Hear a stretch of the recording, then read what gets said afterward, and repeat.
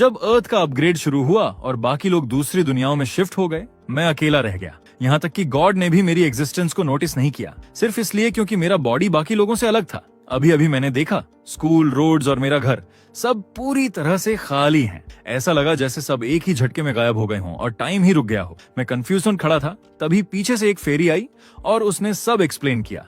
धरती के experience points पूरे हो गए थे, इसलिए अब उसे नेक्स्ट इरा में इवॉल्व करना था। टाइम 10 साल के लिए पूरी तरह से फ्रीज होने वाला था और दुनिया में डिवाइन पावर भरने वाली थी। अब लोग स्टेटस विंडो के जरिए यूनिवर्स और खुद के सीक्रेट्स को समझ पाएंगे, बिल्कुल परियों जैसे हायर बीइंग्स की तरह।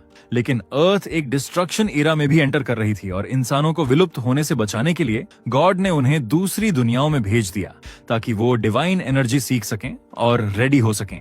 लेकिन मेरे केस में गॉड ने मुझे नोटिस ही नहीं किया क्योंकि मेरे पास कुछ स्पेशल स्किल्स थी। इसलिए कॉम्पेंसेशन के तौर पर एक देवदूत रीता मेरे साथ अगले 10 साल रहने वाली थी। पर अभी अर्थ डिवाइन पावर से खाली थी, तो मैं वो पावर सीख ही नहीं सकता था। मेरे पास सिर्फ एक ऑप्शन था, अपने बॉडी को ट्रेन करना। इस बीच रीता ने मेरी फूड और बाकी बेसिक चीजों का ध्यान रखा। मुझे तो बर्तन धोने की भी टेंशन नहीं थी। 5 साल तेजी से बीत गए। मैंने मार्क्समैनशिप सीखना शुरू किया। रीता मुझे गाइड करती रही और देखते देखते मैंने मार्शल आर्ट्स के भी 4 साल पूरे कर लिए। एक दिन रीता ने कहा, चलो स्पार करते हैं। मैंने अपनी 9 साल की मेहनत का सारा जोर लगा दिया, लेकिन उसने सिर्फ एक हाथ हिलाया और मैं हार गया। फिर उसने कहा, अब से मैं तुम्हारी स्पारिंग पार्टनर रहूंगी। मैं रेडी नहीं था, लेकिन उसी स्पारिंग में ही पूरा 1 साल बीत गया और फिर वो दिन आ ही गया। 10 साल बाद मैंने नई शुरुआत के लिए नए कपड़े पहने, रीता को बाय कहा और उस जगह पर पहुंचा जहां सब लोग गायब हुए थे। मैं थोड़ा नर्वस था लेकिन एक्साइटेड भी। रीता से बिछड़ने का दुख तो था, लेकिन अब मैं अपनी ओल्ड लाइफ में वापस जाने वाला था। घंटों बीत गए लेकिन कोई भी वापस नहीं आया। रीता थोड़ी घबराई हुई मेरे पीछे आई और बोली, शायद कुछ गड़बड़ हो गई है। मुझे गुस्सा आ गया। ऑलरेडी 10 साल वेट कर चुका हूँ। क्या मुझे अब और 10 साल या 100 साल इंतजार करने होंगे? लेकिन 10, 20, यहाँ तक कि 50 साल भी बीत गए और लोग नहीं लौटे। हालांकि मेरा बॉडी परफेक्ट हो चुका था, मार्क्समैनशिप मास्टर लेवल तक पहुंच गया था, लेकिन मुझे अपने मॉम डैड का चेहरा भी ठीक से याद नहीं था। इन 50 सालों की मेहनत ने मुझे सुपर स्ट्रांग बना दिया, लेकिन अब कितना और झेल पाऊंगा? क्या वो लोग कभी लौटेंगे? मैं मार्शल आर्ट्स की सेम टेक्निक्स बार बार प्रैक्टिस करते करते बोर हो गया था। रीता नहीं चाहती थी कि मैं हार मानूं। उसने कहा, डिस्ट्रक्शन कभी भी आ सकता है। मैंने उसे बोला, अब से मैं पढ़ाई में फोकस करने वाला हूँ। एक ही काम करते रहने से बस जीना मुश्किल होता है। उसके बाद मैंने पूरे दिन किताबें पढ़नी शुरू की, novels, business books, history, geography, chemistry, सब कुछ। जब लाइब्रेरी की सारी किताबें खत्म हो गईं, तो मैंने दूसरे देशों की भाषाएं सीखनी शुरू की। फिर रीता और मैं वर्ल्ड टूर पर निकल पड़े। दुनिया घूमते घूमते मैंने हर जगह की किताबें पढ़ ली। हालांकि मुझे नहीं पता था कि कितना समय बीत चुका है, लेकिन मेरे पास थकने का वक्त नहीं था। महाविनाश से पहले बहुत कुछ करना बाकी था। रीता ने सोचा भी नहीं था कि सैकड़ों साल बीत जाने के बाद भी मैं अब तक यकीन करता हूं कि इंसान वापस आएंगे। उसने धीरे से प्रार्थना की, प्लीज सब इंसानों को वापस भेज दो, इससे पहले कि लुई अपनी हद पार करे। वो नहीं चाहती थी कि मैं खुद से हार मान लूं। जब पढ़ने को भी कुछ नहीं बचा, मैंने बुचरिंग सीखनी शुरू की। एक दिन जब मैं जंगली सुअर काट रहा था, रीता ने बोला, लुइस, अब 274 साल बीत चुके हैं। उसके लिए भी ये शॉकिंग था। फेरी के लिए भी ये बहुत लंबा टाइम था। उसने सोचा नहीं था कि मैं अब भी फ्यूचर के लिए तैयारी करता रहूंगा। मैंने कुछ नहीं कहा, बस अपनी बुचर स्किल्स पर काम करता रहा। 300वें साल तक मैंने ये कला पूरी तरह से मास्टर कर ली। अब मैंने ब्लैक स्मिथिंग शुरू की, लेकिन 5 साल में बस एक सोर्ड बनाई। रीता हंसते हुए बोली, ये तलवार तो मूली भी नहीं काट पाएगी।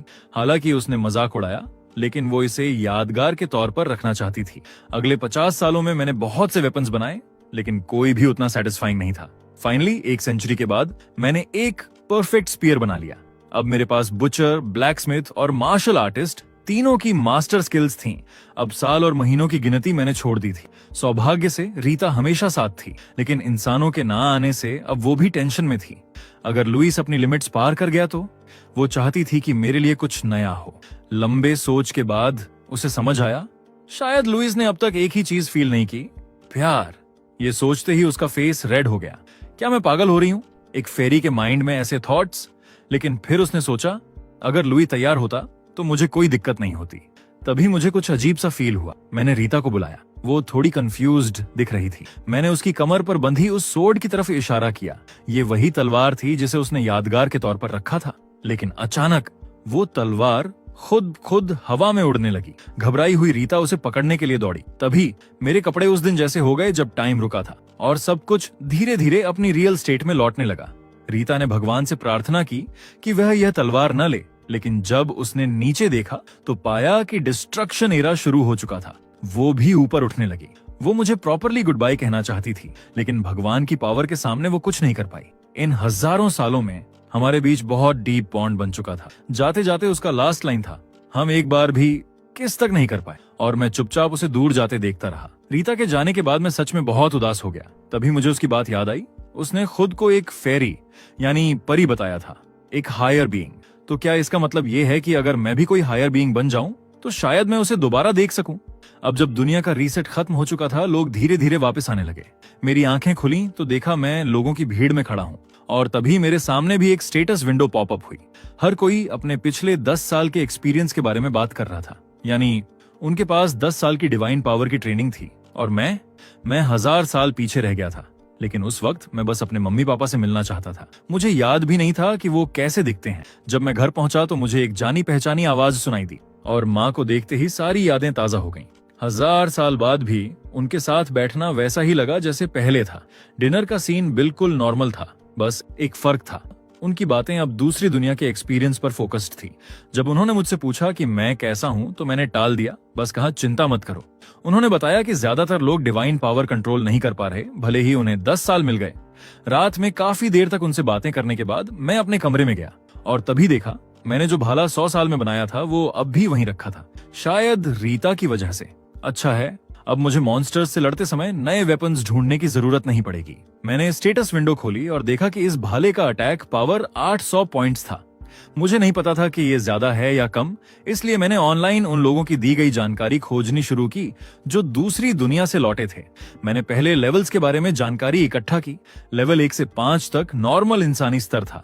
कहा जाता था कि दूसरी दुनिया में सोल्जर चुनने का स्टैंडर्ड आमतौर पर लेवल 7 होता था, और लेवल 10 से ऊपर वाले स्वॉर्डमैन या आर्चर जैसे प्रोफेशंस पा सकते थे। लेवल 50 तक पहुंचने पर दूसरी प्रोफेशन चेंज करने का मौका मिलता था, जिसे एक्सपर्ट होने की निशानी भी माना जाता था। लेवल 100 पर पहुंचने पर तीसरी प्रोफेशन चेंज पॉसिबल थी, लेकिन तीसरी प्रोफेशन के बाद लेवलिंग बहुत मुश्किल हो जाती है, लिटरली नर्क जैसी हो जाती थी, और चौथी प्रोफेशन चेंज ऑलमोस्ट इम्पॉसिबल मानी जाती है। कुछ लोग कहते हैं कि सिर्फ ड्रैगन्स या बेहीमथ जैसे हाई लेवल मॉन्स्टर्स ही इस स्टेज तक पहुंच पाते हैं। ये सारी जानकारी थी जो मैं अभी इकट्ठा कर पाया था। कल स्कूल में और जांच करूंगा। हालांकि दुनिया बहुत बदल चुकी थी, लेकिन मेरी जिंदगी में कोई खास बदलाव नहीं आया था। रीता, मैं अब भी उसे बहुत मिस करता था। और तभी एक आवाज आई। रीता ये सुनकर बहुत खुश होगी। मेरे सामने एक परी प्रकट हुई। उसका नाम लिसा था। भगवान ने उसे भेजा था ताकि वो मुझे डिवाइन पावर यूज करना सिखा सके, ताकि मैं उन 10 सालों की भरपाई कर सकूं जो मैं मिस कर चुका था। ये सब रीता की वजह से ही पॉसिबल हुआ था। उसने भगवान के सामने रोते हुए कहा था कि मैं 1000 साल तक धरती पर अकेला रहा और अकेला हूं जो डिवाइन पावर का यूजर नहीं बन पाया। रीता के बार बार बोलने पर भगवान ने लिसा को भेजा ताकि वो मुझे जल्दी से डिवाइन पावर में मास्टर बना सके। रीता को खुद आने की इजाजत नहीं थी, क्योंकि भगवान नहीं चाहते थे कि परियां और इंसान एक दूसरे के बहुत करीब आए। लिसा मुझे देखकर थोड़ी शॉक्ड थी। वो सोच रही थी कि क्या ये वही इंसान है जिसे कुछ आता जाता नहीं, लेकिन अब मैं एकदम अलग लग रहा था, फिजिकली स्ट्रांग। उसे लगा कि रीता ने उसे चीट कर दिया, लेकिन अब जब उसने काम एक्सेप्ट कर लिया था तो उसने कहा, फाइन, अब मैं तुम्हें डिवाइन पावर यूज करना सिखाऊंगी। लिसा हाई लेवल फेरी थी। सिर्फ उसके साथ रहने से ही मेरी डिवाइन पावर की अंडरस्टैंडिंग और कंट्रोल 10x बढ़ सकती थी। रीता के साथ बिताए 1000 साल भी उतना इम्पैक्ट नहीं डाल पाए थे जितना लिसा की प्रेजेंस से आने वाला था। अब डिस्ट्रक्शन एरा शुरू हो चुका था। लिसा का कहना था, मुझे डिवाइन पावर सीखने में 1 साल लग सकता है, और इस पूरे साल वो मेरे सिर पर बैठी रहेगी। मैं थोड़ा परेशान हुआ, लेकिन उसने कहा, रिलैक्स, मैंने मैजिक किया है, नॉर्मल लोग मुझे देख नहीं सकते। अगली सुबह मैं जल्दी बाहर निकल गया। मेरी स्किल की वजह से अभी तक किसी को मेरी मौजूदगी का पता नहीं चला था, और इस स्किल को किसी भी तरह बंद नहीं किया जा सकता था। हालांकि लिसा ने कहा कि मेरी स्किल अच्छी थी। उसकी नजर में बाकियों की स्किल्स इससे कुछ भी नहीं थी। ये इंटेलिजेंस इकट्ठा करने का एक अच्छा मौका था। इस दौरान मैंने एक सुपर पावरफुल लड़की के बारे में सुना जिसे सब इम्प्रेस कहते थे। वो हमारी ही स्कूल की स्टूडेंट थी जिसने दूसरी दुनिया में बहुत अच्छा परफॉर्म किया था। और फिर मैंने सुना अब लेवल रिस्ट्रिक्टेड डंजन्स भी दिखाई देने लगे हैं। लिसा ने समझाया, डंजन्स एक तरह का जाल होते हैं जो भगवान खुद बनाते हैं। मॉन्स्टर्स को अट्रैक्ट करके वो उन्हें अंदर फंसाते हैं और रास्ता सील कर देते हैं। लेकिन इंसान मॉन्स्टर्स से अलग थे। अगर काबिल हो तो वो अंदर जा सकते हैं, बाहर आ सकते हैं। सो ये सेफ हंटिंग ग्राउंड्स जैसे बन जाते हैं। लेकिन कुछ मॉन्स्टर्स इतने स्ट्रांग होते हैं कि वो खुद के डंजन्स बना सकते हैं या जालों को तोड़ सकते हैं। इसलिए लिसा ने मुझे अलर्ट रहने को कहा। इस वक्त मॉन्स्टर्स कमजोर थे, तो उसने कहा मैं अभी मॉन्स्टर्स का शिकार करके लेवल अप कर सकता हूँ। आखिरकार मेरे पास एक मॉन्स्टर जैसा शरीर था, तो मैं आसानी से लेवल 25 तक के मॉन्स्टर्स को हरा सकता था। तभी लिसा ने कुछ महसूस किया और मुझे बताया कि मैं जल्द ही असली लड़ाई में उतर सकता हूँ। जैसे ही उसने बात पूरी की, अचानक क्लासरूम के बाहर शोर मचने लगा। पता चला एक बहुत बड़ा कीड़ों का झुंड हमला कर रहा है। न सिर्फ उनके साइज बढ़ चुके थे, बल्कि उनकी बॉडी भी काफी टफ लग रही थी। स्टूडेंट्स डरकर भागने लगे, क्योंकि जब उन्हें वापस भेजा गया था तो उनका डेटा रीसेट हो गया था और सब फिर से लेवल 1 पर आ चुके थे। मैंने जल्दी से एक लकड़ी की छड़ी तोड़ी और उसे कई बार घुमाया। जब मैंने रुका तो वो एक हथियार में बदल गया। कुछ और बनाने के बाद मैंने निकलने की तैयारी की। हालांकि मेरे पास इनविजिबल होने की स्किल थी, लेकिन लड़ते समय मैं देखा जा सकता था। इसलिए मैंने लिसा से पूछा कि क्या मेरी पहचान छिपाने का कोई तरीका है। इसलिए उसने मुझे एक मास्क दे दिया। मैंने 18वीं मंजिल से छलांग लगाई और एक जायंट ग्रास हॉपर को एक ही किक में उड़ा दिया। सिस्टम ने नोटिफाइड किया, लेवल 13। जायंट ग्रास हॉपर को मार डाला, 800 एक्सपी पॉइंट्स मिला, लेवल 3 हो गया और सभी फीचर्स इंप्रूव्ड हुआ। अपने बॉडी में चेंज फील करके मुझे समझ आ गया कि लेवल अप का यही मतलब था। भले ही मैजिक पावर बस थोड़ा सा इंक्रीज हुआ था, फिर भी मैं काफी खुश था। तभी मेरे पीछे अचानक कई बड़े साइज के कीड़े आ गए। मैंने धीरे से अपने हाथ में लकड़ी का भाला पकड़ा और नेक्स्ट मोमेंट उसे फुल फोर्स से फेंक दिया। एक giant and monster direct hit से तुरंत क्रश हो गया। फिर मैंने एक और वेपन निकाला और उस एंट को 2 हिस्सों में काट दिया। अचानक कई बिग साइज मच्छर भी आ गए। मैंने पहले एक को मार गिराया, लेकिन एक और मच्छर पीछे से चोरी छुपे आ गया और मुझे जोर से जमीन पर दबा दिया। लेकिन मेरे 1000 ईयर ओल्ड बॉडी को उसकी वीक सुई जैसी सूंड से क्या ही नुकसान होता। मेरा बॉडी तो काफी टाइम से ह्यूमन लिमिट से ऊपर था। लास्ट मच्छर से निपटने के बाद ऊपर से एक और ग्रास हॉपर आ गया। उसने अपने पंजे से अटैक किया, लेकिन मैंने इजीली डॉज कर लिया। तभी लिसा ने क्विकली वार्न किया कि और भी मॉन्स्टर्स रीइंफोर्समेंट के तौर पर आ गए हैं और मैं पूरी तरह से घिर चुका हूँ।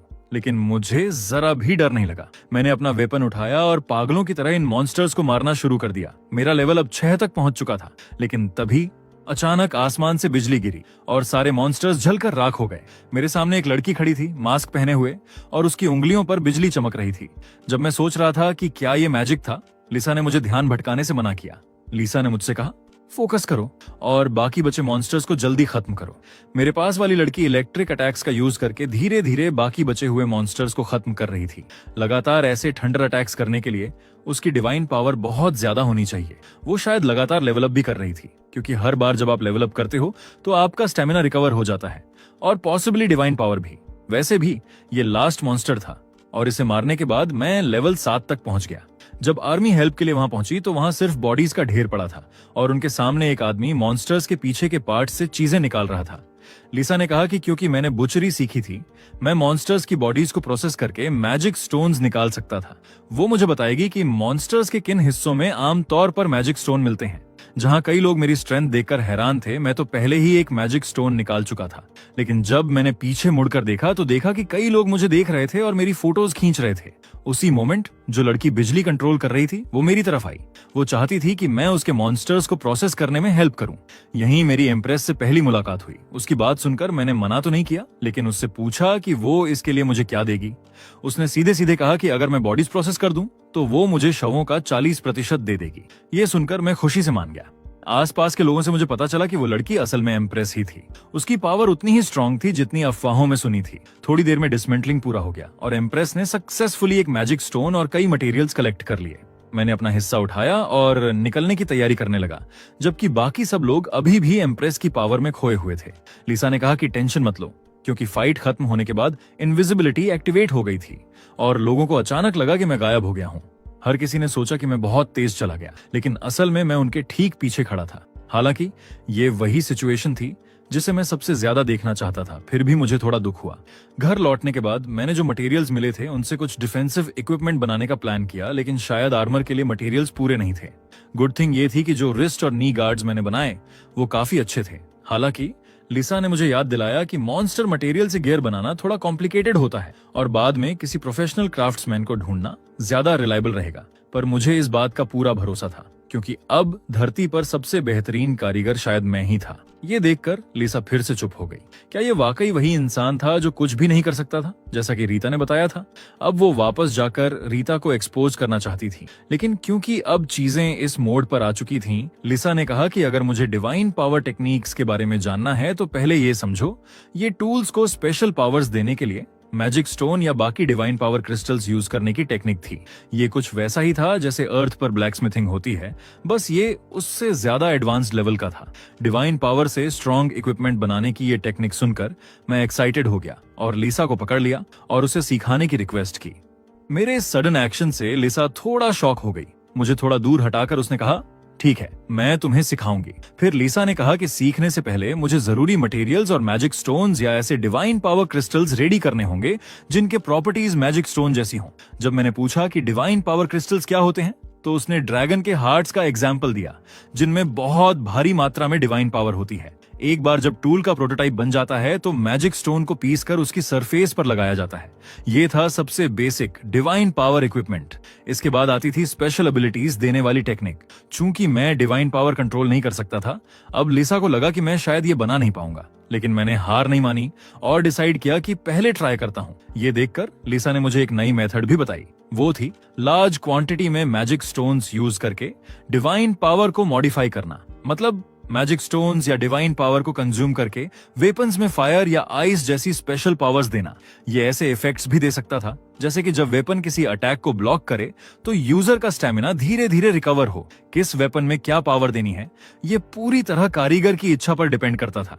इसलिए ओवरऑल स्पेशल एबिलिटीज ऐड करने के लिए बहुत स्ट्रॉन्ग डिजायर चाहिए होती थी। तो मैंने इक्विपमेंट बनाना शुरू किया और जल्दी ही रिस्ट और नी गार्ड्स रेडी हो गए। जब मैंने उन पर मैजिक स्टोन पाउडर छिड़का तो स्टेटस विंडो में नोटिफिकेशन आया, डिवाइन पावर टेक्निक्स लर्न्ड। लेकिन क्राफ्टिंग प्रोसेस अभी खत्म नहीं हुई थी, अभी भी कुछ मैजिक स्टोन्स बचे हुए थे। अब मैंने प्लान किया कि मैं मैजिक स्टोन के अंदर छुपी डिवाइन पावर को यूज करूंगा। मुझे आंखें बंद करके फोकस करता देख लिसा बहुत हैरान हुई। उसे लगा भी नहीं था कि मैं इतनी जल्दी इक्विपमेंट्स को स्पेशल एबिलिटीज देने की कोशिश करूंगा। उसी पल मैंने सोचा कि मैं चाहता हूं कि इस टूल में ग्रास हॉपर के हथियार जैसी तेजी हो। मैं सक्सेस के बहुत करीब था, लेकिन मैजिक स्टोन की कमी की वजह से मैं ऑलमोस्ट फेल हो गया। ये देखकर लिसा को थोड़ा अफसोस हुआ और उसने तुरंत डिवाइन पावर देकर मेरी हेल्प की। अगले ही पल अनगिनत एनर्जी मेरी हथेली में व्रिस्ट गार्ड के अंदर घुस गई। लिसा को लगा कि शायद ये अब भी फेल हो गया, लेकिन मैंने हल्का सा स्माइल किया क्योंकि मेरा डिवाइन पावर मेमोरी लेवल अब बढ़ चुका था। इसका मतलब ये भी था कि रिस्ट गार्ड ने स्पेशल एबिलिटीज गेन कर ली थी। मैंने अपना हाथ उठाया और धीरे से वेव किया। पास की आयरन चेन तुरंत कट गई और उसकी पावर बिल्कुल वैसी ही थी जैसी मैंने इमेजिन की थी। हालांकि लिसा ने मेरी हेल्प की थी, लेकिन पहली ही कोशिश में सक्सेस होने पर उसने मेरी तारीफ की। लेकिन क्योंकि मैंने अभी अभी पार्क का झूला तोड़ दिया था, मैं जल्दी से वहां से भाग गया। लिसा बस चुप रह गई क्योंकि वो उसे जादू से रिपेयर कर सकती थी। अगले दिन मैंने अपनी मम्मी को काफी देर तक समझाया। मैंने कहा कि मैं बस थोड़ा बाहर घूमने गया था और फाइनली बाहर निकलने में सक्सेस हो गया। रास्ते में मैंने लिसा को बताया कि मैं एम्प्रेस को फिर से देखना चाहता हूँ क्योंकि मुझे उसके कंट्रोल में डिवाइन पावर बहुत इंटरेस्टिंग लगी। एम्प्रेस की पावर्स उन लोगों से भी ज्यादा स्ट्रॉन्ग थीं जो दूसरी दुनिया में ट्रांसफर हुए थे। लेकिन लिसा ने कहा कि ये कोई बड़ी बात नहीं थी। आखिर उसके पास 10 साल का एक्सपीरियंस था। उसकी नजर में मैं ही था जो सच में स्पेशल था, बिना डिवाइन पावर के भी मॉन्स्टर्स के शेल को प्रोसेस करने में केपेबल। उसे भी इस बात पर काफी सरप्राइज हुआ। जैसे ही उसने बात पूरी की, लिसा सडनली रुक गई। उसने पीछे मुड़कर देखा तो मैंने पूछा, क्या हुआ? लिसा ने कहा कि उसे एक मॉन्स्टर ग्रुप फील हुआ है जिसका लीडर लेवल 35 का आइस वुल्फ है। ये सुनकर मैं थोड़ा शॉक्ड था क्योंकि लिसा ने पहले कहा था कि कैटेक्लिज्म के अर्ली फेज में हाई लेवल मॉन्स्टर्स नहीं होते। मजबूरी में लिसा ने एक्सप्लेन किया कि उसे कल से ही कुछ ऑफ सा फील हो रहा था क्योंकि डे 2 पर जो मॉन्स्टर्स हमने मारे थे वो ऑलरेडी लेवल 10 से ज्यादा थे। अब अर्थ पर डेफिनेटली कुछ गड़बड़ थी। लिसा को लगा कि आगे चलकर शायद उसे मेरी मदद की जरूरत पड़े। मैं और पूछ पाता उससे पहले ही उसने कहा, चलो जल्दी, वहां की सिचुएशन अर्जेंट है। उसने ये भी समझाया कि ये मॉन्स्टर्स इतने स्ट्रॉन्ग क्यों हैं। कैटेक्लिज्म से पहले गॉड ने ह्यूमंस को दूसरी दुनिया में ट्रांसफर कर दिया था, लेकिन एनिमल्स को अर्थ पर ही छोड़ दिया। गॉड ने सोचा कि अर्थ पर एनिमल्स को 10 साल छोड़ने में कोई दिक्कत नहीं होगी, लेकिन एक अननोन एरर की वजह से अर्थ की टाइमलाइन ड्रास्टिकली चेंज हो गई थी। दूसरी दुनिया में सिर्फ 10 साल बीते थे, लेकिन अर्थ पर 1000 साल गुजर चुके थे। इन 1000 सालों में मैं रीता के साथ टाइम बिताने और चीजें सीखने में बेझिझक था, इसलिए टाइम शिफ्ट को नोटिस नहीं कर पाया। भले ही टाइमलाइन रीसेट हो चुकी थी, लेकिन जानवर जो सिर्फ 10 साल जीने वाले थे अब 1000 साल तक सरवाइव कर चुके थे। रिजल्ट अब साफ था, अर्थ के जानवर बहुत पावरफुल और इंटेलिजेंट बन चुके थे। लिसा जहां मुझे लेकर गई वहां पहले से ही खून फैला हुआ था। उसने बताया कि उसने सिचुएशन की रिपोर्ट कल ही भेज दी थी, लेकिन जब तक एडजस्टमेंट आता उसने होप की कि मैं इन मॉन्स्टर्स को क्लियर कर दूंगा और बाद में प्रॉपर रिवॉर्ड भी मिलेगा। लेकिन आइस वुल्व्स के इस पैक को देखकर मुझे समझ आ गया कि ये काम इतना इजी नहीं होगा। लकी बात ये थी कि करंट वुल्व्स बहुत ज्यादा स्ट्रांग नहीं थे और मुझे पीछे हटने की जरूरत नहीं पड़ी। मैंने तुरंत अपना स्पीयर उठाया, ऊपर जंप किया और वुल्व्स पर लैंड करते ही हमला कर दिया। इवन स्ट्रॉन्गेस्ट आइस वुल्फ भी मेरी सिंगल स्ट्राइक में खत्म हो गया।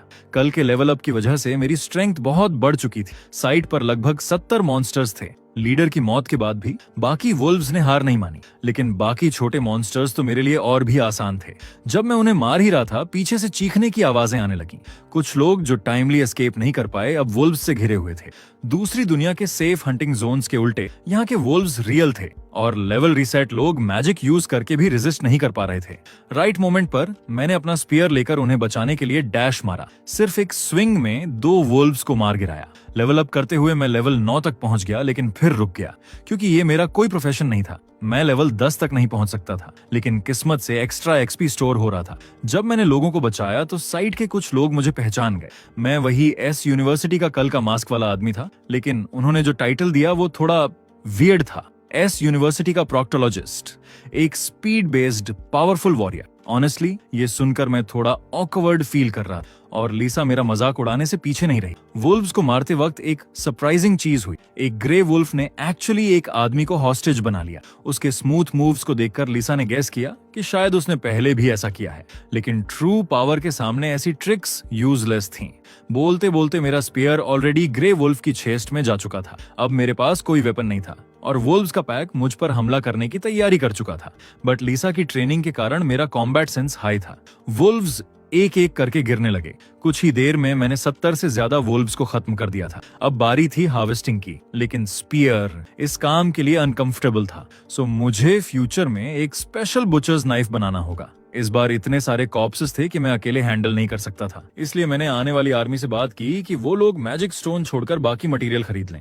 ऐसे ही ये हंट खत्म हुआ। थोड़ी ही देर बाद आर्मी वाले पैसे लेकर आ गए। वो काफी जेनरस थे। लिसा ने भी कहा कि आगे चलकर उनके साथ अच्छे रिश्ते रखना मेरे लिए फायदेमंद रहेगा। लड़ाई के बाद ज्यादा टाइम नहीं बीता था कि मेरी इनविजिबिलिटी एक्टिव हो गई। ये चेक करने के बाद कि कोई मुझे नहीं देख पा रहा, मैं धीरे धीरे घर की तरफ निकल पड़ा। मुझे पता था कि आगे के लिए और प्रिपरेशन करनी पड़ेगी क्योंकि मॉन्स्टर्स और स्ट्रॉन्ग होते जा रहे थे।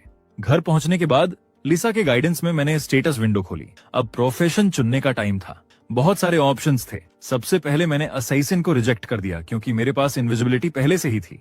लिसा ने बताया कि जब मेरी डिवाइन पावर और बढ़ेगी तो इनविजिबिलिटी को मैं एक एक्टिव स्किल भी बना सकता हूँ। टोटल 23 प्रोफेशन थे और मैं कंफ्यूजन था। मैंने लिसा से सजेशन मांगा। वो थोड़ी हैरान हुई क्योंकि उसके हिसाब से अभी मेरे पास इतने सारे प्रोफेशन नहीं होने चाहिए थे। उसने कहा कि अगर थोड़ा इंतजार करूं तो ये 40 तक भी पहुंच सकते हैं। कुछ सोचने के बाद लिसा ने मुझे 2 ऑप्शन दिए, स्पीयरमैन और वॉरियर। क्योंकि मैंने हमेशा स्पीयर ट्रेनिंग की थी इसलिए ये मेरे लिए नेचुरल चॉइस थी। हालांकि उस दौरान मुझे अक्सर मार भी खानी पड़ती थी। फिर भी लिसा को लगा कि ये मेरी किस्मत है क्योंकि सीधे एक परी से स्किल सीखने का चांस बहुत रेयर होता है। उसने मुझे भरोसा दिलाया कि बाद में और सब प्रोफेशन मिलेंगे। आखिरकार मैंने स्पीयरमैन चुन लिया। मेरी सोच थी कि भाले से डैमेज ज्यादा डिसेंट होगा, लेकिन जब मैंने कंफर्म किया तो विंडो अलग तरीके से बदली। मुझे ब्लड स्पेयरमैन का ऑप्शन मिला। ये एक यूनिक प्रोफेशन था जिस पर मेरा नाम लिखा हुआ था। यूनिक प्रोफेशन हमेशा नॉर्मल वाले से ज्यादा पावरफुल होते हैं। लिसा ने तुरंत कहा कि मुझे इसे ही लेना चाहिए। हालांकि इन्हें लेवल अप करने के लिए ज्यादा एक्सपी चाहिए होती है, लेकिन वैल्यू हमेशा हाई रहती है। मैंने कंफर्म किया और तुरंत लेवल 18 तक पहुंच गया। लेकिन वहां एक ट्विस्ट हुआ। ब्लड स्पेयरमैन बदलकर ब्लर स्पेयरमैन बन गया। अब इसमें स्टील्थ में रहते हुए 10% अटैक पावर बोनस मिल रहा था। ये मेरे कॉस्मिक लोनर टाइटल की वजह से हुआ जिसने प्रोफेशन चॉइस को बदल दिया। मैं थोड़ा उदास हुआ, लेकिन अब चेंज करने का कोई तरीका नहीं था। नया प्रोफेशन लेने के बाद मेरे पूरे शरीर में पावर दौड़ गई। मैं और स्ट्रांग हो गया। लिसा के हिसाब से मुझे अभी कोई एक्टिव स्किल नहीं मिली थी, लेकिन उसने भरोसा दिलाया कि दूसरी या तीसरी प्रोफेशन चेंज तक मुझे स्ट्रांग स्किल जरूर मिलेंगी। उसके बाद लिसा ने कहा कि अब बाहर चलने का टाइम है। मॉन्स्टर्स को खत्म करना जरूरी था। मेरे अलावा और भी एजेंट्स ये काम कर रहे थे। यहाँ तक कि एम्प्रेस भी मॉन्स्टर हंटिंग टीम का हिस्सा थी। कुछ देर बाद हम अपने डेस्टिनेशन पहुंचे। सामने एक बहुत बड़ा बेयर था। उसकी पावर इतनी थी कि लोग उसका सामना करने से डर जाते। मैंने भाला उठाया अटैक करने ही वाला था कि अचानक बहुत तेज आवाजें और वाइब्रेशन शुरू हो गई। पहले लगा आर्मी ने रॉकेट फायर किया है, लेकिन असल में वो बेयर ही था जो सोल्जर्स पर अटैक कर रहा था।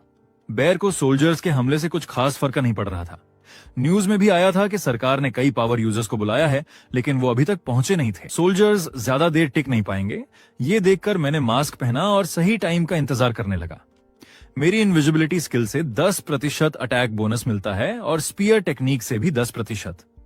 दोनों मिलकर मुझे डेडली स्ट्राइक करने का चांस दे सकते थे। जैसे ही मौका मिला, मैंने सीधे बियर के सिर पर स्ट्राइक किया। वॉर इतना स्ट्रांग था कि उसकी डिफेंस भी टूट गई, लेकिन उसे एक ही स्ट्राइक से हराना पॉसिबल नहीं था। लिसा ऊपर से चीयर कर रही थी। बेयर गुस्से में था, लेकिन मेरी स्पीड के सामने टिक नहीं पा रहा था। आखिरकार मैंने मौका देखकर उसकी खोपड़ी में भाला घुसा दिया। इस स्ट्राइक से बेयर मर गया। मुझे बहुत ज्यादा एक्सपी मिला और लेवल 23 हो गया। साथ ही क्रिटिकल हिट स्किल भी अनलॉक हुई। मैं बेयर का बॉडी प्रोसेस कर ही रहा था कि पीछे से पावर यूजर्स की टीम आ गई। उन्हें सुनकर लगा कि वो सोच रहे थे कि सेकंड फेज मॉन्स्टर्स कुछ खास नहीं है। मैं इग्नोर करके अपने काम में लगा रहा। थोड़ी देर बाद मुझे उसकी स्किन मिली, लेकिन मैजिक स्टोन नहीं गिरा। सोल्जर्स ने मुझे एक सॉफ्टवेयर की जानकारी दी जो मॉन्स्टर की लोकेशन दिखाता है, और ये सिर्फ आर्मी कंट्रोल में था। फिर मैंने बाकी रीजंस की भी सफाई की। 3 जगह मॉन्स्टर्स खत्म किए, लेकिन सिर्फ एक लेवल बढ़ा। शायद ये मेरे यूनिक प्रोफेशन की वजह से था। अगले दिन एक नोटिफिकेशन आया कि दूसरी दुनिया से कनेक्शन रिस्टोर हो गया है। अब लोग अपने असली शरीर से वहां जाकर क्वेस्ट्स कर सकते थे, लेकिन मैं अकेला नहीं जा सकता था। लिसा ने कहा कि जब तक मैं हायर बीइंग नहीं बन जाता, तब तक मुझे ये मौका नहीं मिलेगा। अगर बन गया तो न सिर्फ दूसरी दुनिया बल्कि हेवन तक भी जा सकूंगा और रीता से भी मिल पाऊंगा। ये सुनकर मुझे थोड़ी राहत मिली। मम्मी और पापा को मैंने कहा कि वो सेफ्टी के लिए दूसरी दुनिया में चले जाएं। मेरी माँ ने पहली बार मान लिया कि मैं ही वो मास्क वाला इंसान हूँ जो न्यूज में दिखा था।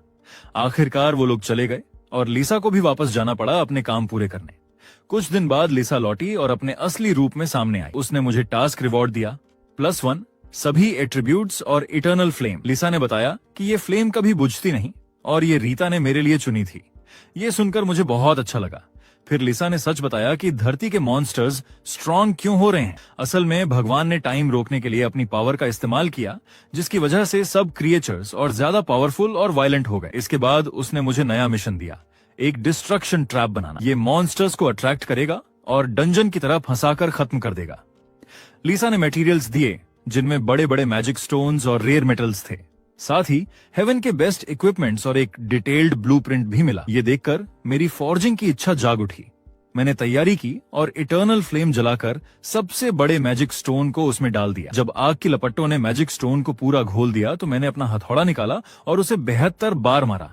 तभी मैं ये छोटा क्यूब बना पाया। लिसा मेरी फॉर्जिंग टेक्निक को देखकर हैरान थी। उसने सांस भरते हुए कहा, अगर तुम्हारी क्लास ब्लैकस्मिथ होती तो शायद तुम भगवान को चैलेंज करने वाले हथियार बना सकते, लेकिन ये तो बस जाल का बेसिक फॉर्म था। अब मुझे ब्लूप्रिंट के हिसाब से उस पर स्पेशल पैटर्न्स उकेरने थे। मुझे इतना डेडिकेटेड होकर काम करता देखकर लिसा समझ सकती थी कि क्यों रीता जैसी हाई लेवल परी भी एक लो लेवल इंसान पर फिदा हो गई थी। कुछ घंटों बाद मैंने अचानक एंग्रेविंग नाइफ नीचे रख दिया। मेरे हाथों में एक चमकदार सरफेस और मुश्किल पैटर्न्स वाला क्यूब तैर रहा था। उसी समय मुझे द लेजेंडरी क्रिएटर का टाइटल मिला, जो प्रोडक्शन एफिशिएंसी को 20% बढ़ा देता था। मेरे हाथ में डिवाइन पावर क्यूब देखकर लिसा की आंखें डिसबिलीफ से भर गईं। उसे यकीन नहीं हो रहा था कि मैंने इतना जल्दी पूरा कर लिया। असल में मैंने पूरे 5 घंटे नॉन स्टॉप काम किया था। ये सुनकर लिसा को एहसास हुआ कि वो मुझे इतने लंबे वक्त से काम करता देख रही थी। क्यूब को हाथ में लेकर लिसा समझ गई कि मैंने इसे पूरा कर लिया है, लेकिन मुझे ज्यादा प्राउड न बनाने के लिए उसने कहा कि ये काम बस रिक्वायरमेंट्स को मुश्किल से पूरा करता है। अब सिर्फ फाइनल डिवाइन आर्ट स्टेज बचा था, जिसके लिए लिसा को अपनी साथी परियों को बुलाना पड़ा। मैं सीक्रेटली उम्मीद कर रहा था कि रीता भी आएगी। अगले ही पल दूसरी परियां में आ गईं। उन्होंने डिवाइन आर्ट के डिटेल्स पर डिस्कशन किया और ये सोचकर शॉक्ड थीं कि एक नॉर्मल इंसान डिस्ट्रक्शन ट्रैप बना सकता है। सब रेडी होने के बाद मैंने एनर्जी स्टोन पकड़ा और तीनों परियों का इंतजार किया, लेकिन उन्होंने कहा, तुम्हें बस डिस्ट्रक्शन ट्रैप को पूरा करने की स्ट्रॉन्ग इच्छा रखनी होगी, बाकी हम संभाल लेंगे। तीनों परियों ने मेरे शोल्डर्स पर हाथ रखा। अगले ही पल हर डायरेक्शन से डिवाइन पावर मुझ पर दबाव डालने लगी। ये हाई बीइंग्स की पावर थी। इतना स्ट्रॉन्ग दबाव मुझे क्रश करने वाला था। मेरी हालत देखकर लॉन्ग हेयर्ड परी मुस्कुराई, इतना भी सह नहीं कर पा रहे? मैंने तुरंत जवाब दिया, ये काफी नहीं है। मुझे फोकस करना था और कुछ ऐसा बनाना था जो मॉन्स्टर्स के लिए बेहद अट्रैक्टिव हो। कुछ ऐसा जो 1000 साल से अकेले घूमते जानवर भी रेजिस्ट न कर पाए। जैसे ही मैंने अपनी इच्छा सेट की, एनर्जी मेरे अंदर से फूट पड़ी। तेज रोशनी के बाद और कॉम्प्लेक्स क्यूब धीरे धीरे सामने आया। इसमें 2 रेयर एट्रीब्यूट्स जुड़ गए थे। ये रैंडम एट्रीब्यूट्स डिवाइन आर्ट के दौरान जुड़ते हैं और ट्रैप की पावर को काफी बढ़ा देते हैं। परियान मेरी स्मिथिंग स्किल्स की तारीफ करने लगी। अब अगला स्टेप था परियों के साथ ट्रैप को सही जगह पर रखना। लेकिन जैसे ही हम बाहर निकले, सामने का सीन देखकर मैं शॉक रह गया। इतनी तबाही मैंने सोचा भी नहीं था कि कुछ ही दिनों में मॉन्स्टर्स ने धरती को इतना बर्बाद कर दिया होगा। जल्द ही परियों को एक सही जगह मिल गई, खाली पहाड़ की चोटी। लिसा ने क्यूब हवा में फेंका।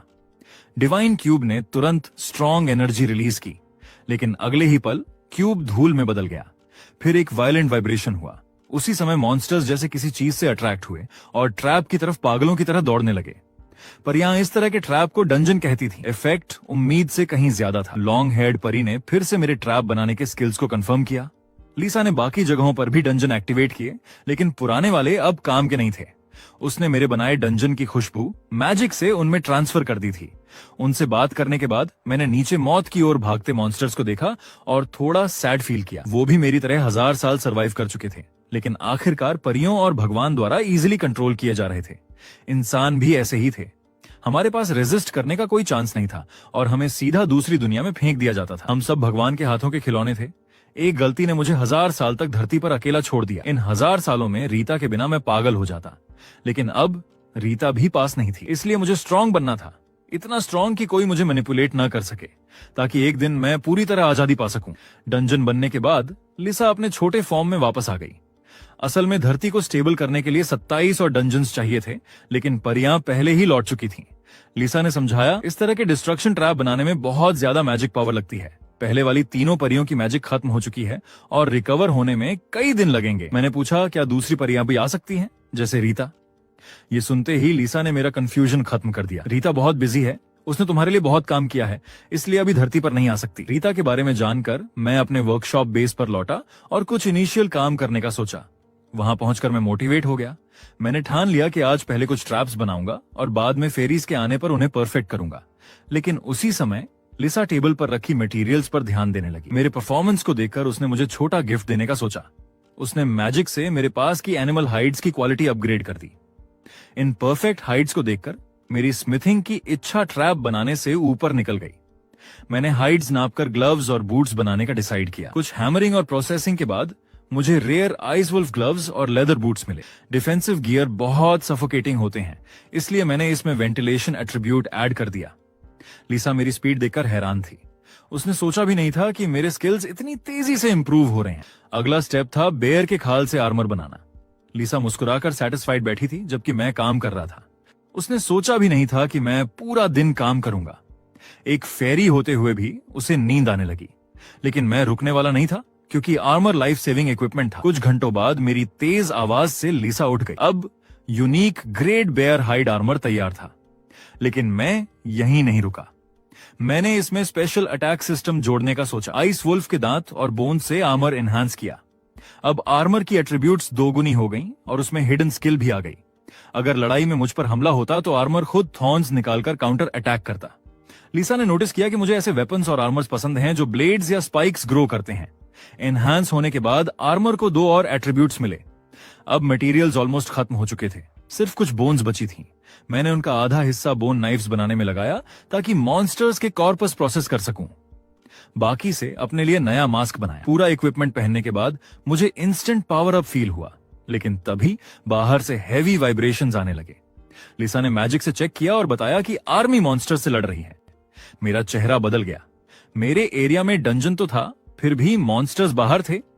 अलार्म की आवाज आई। दूसरे लेवल के मॉन्स्टर्स डिस्ट्रिक्ट में घुस आए थे।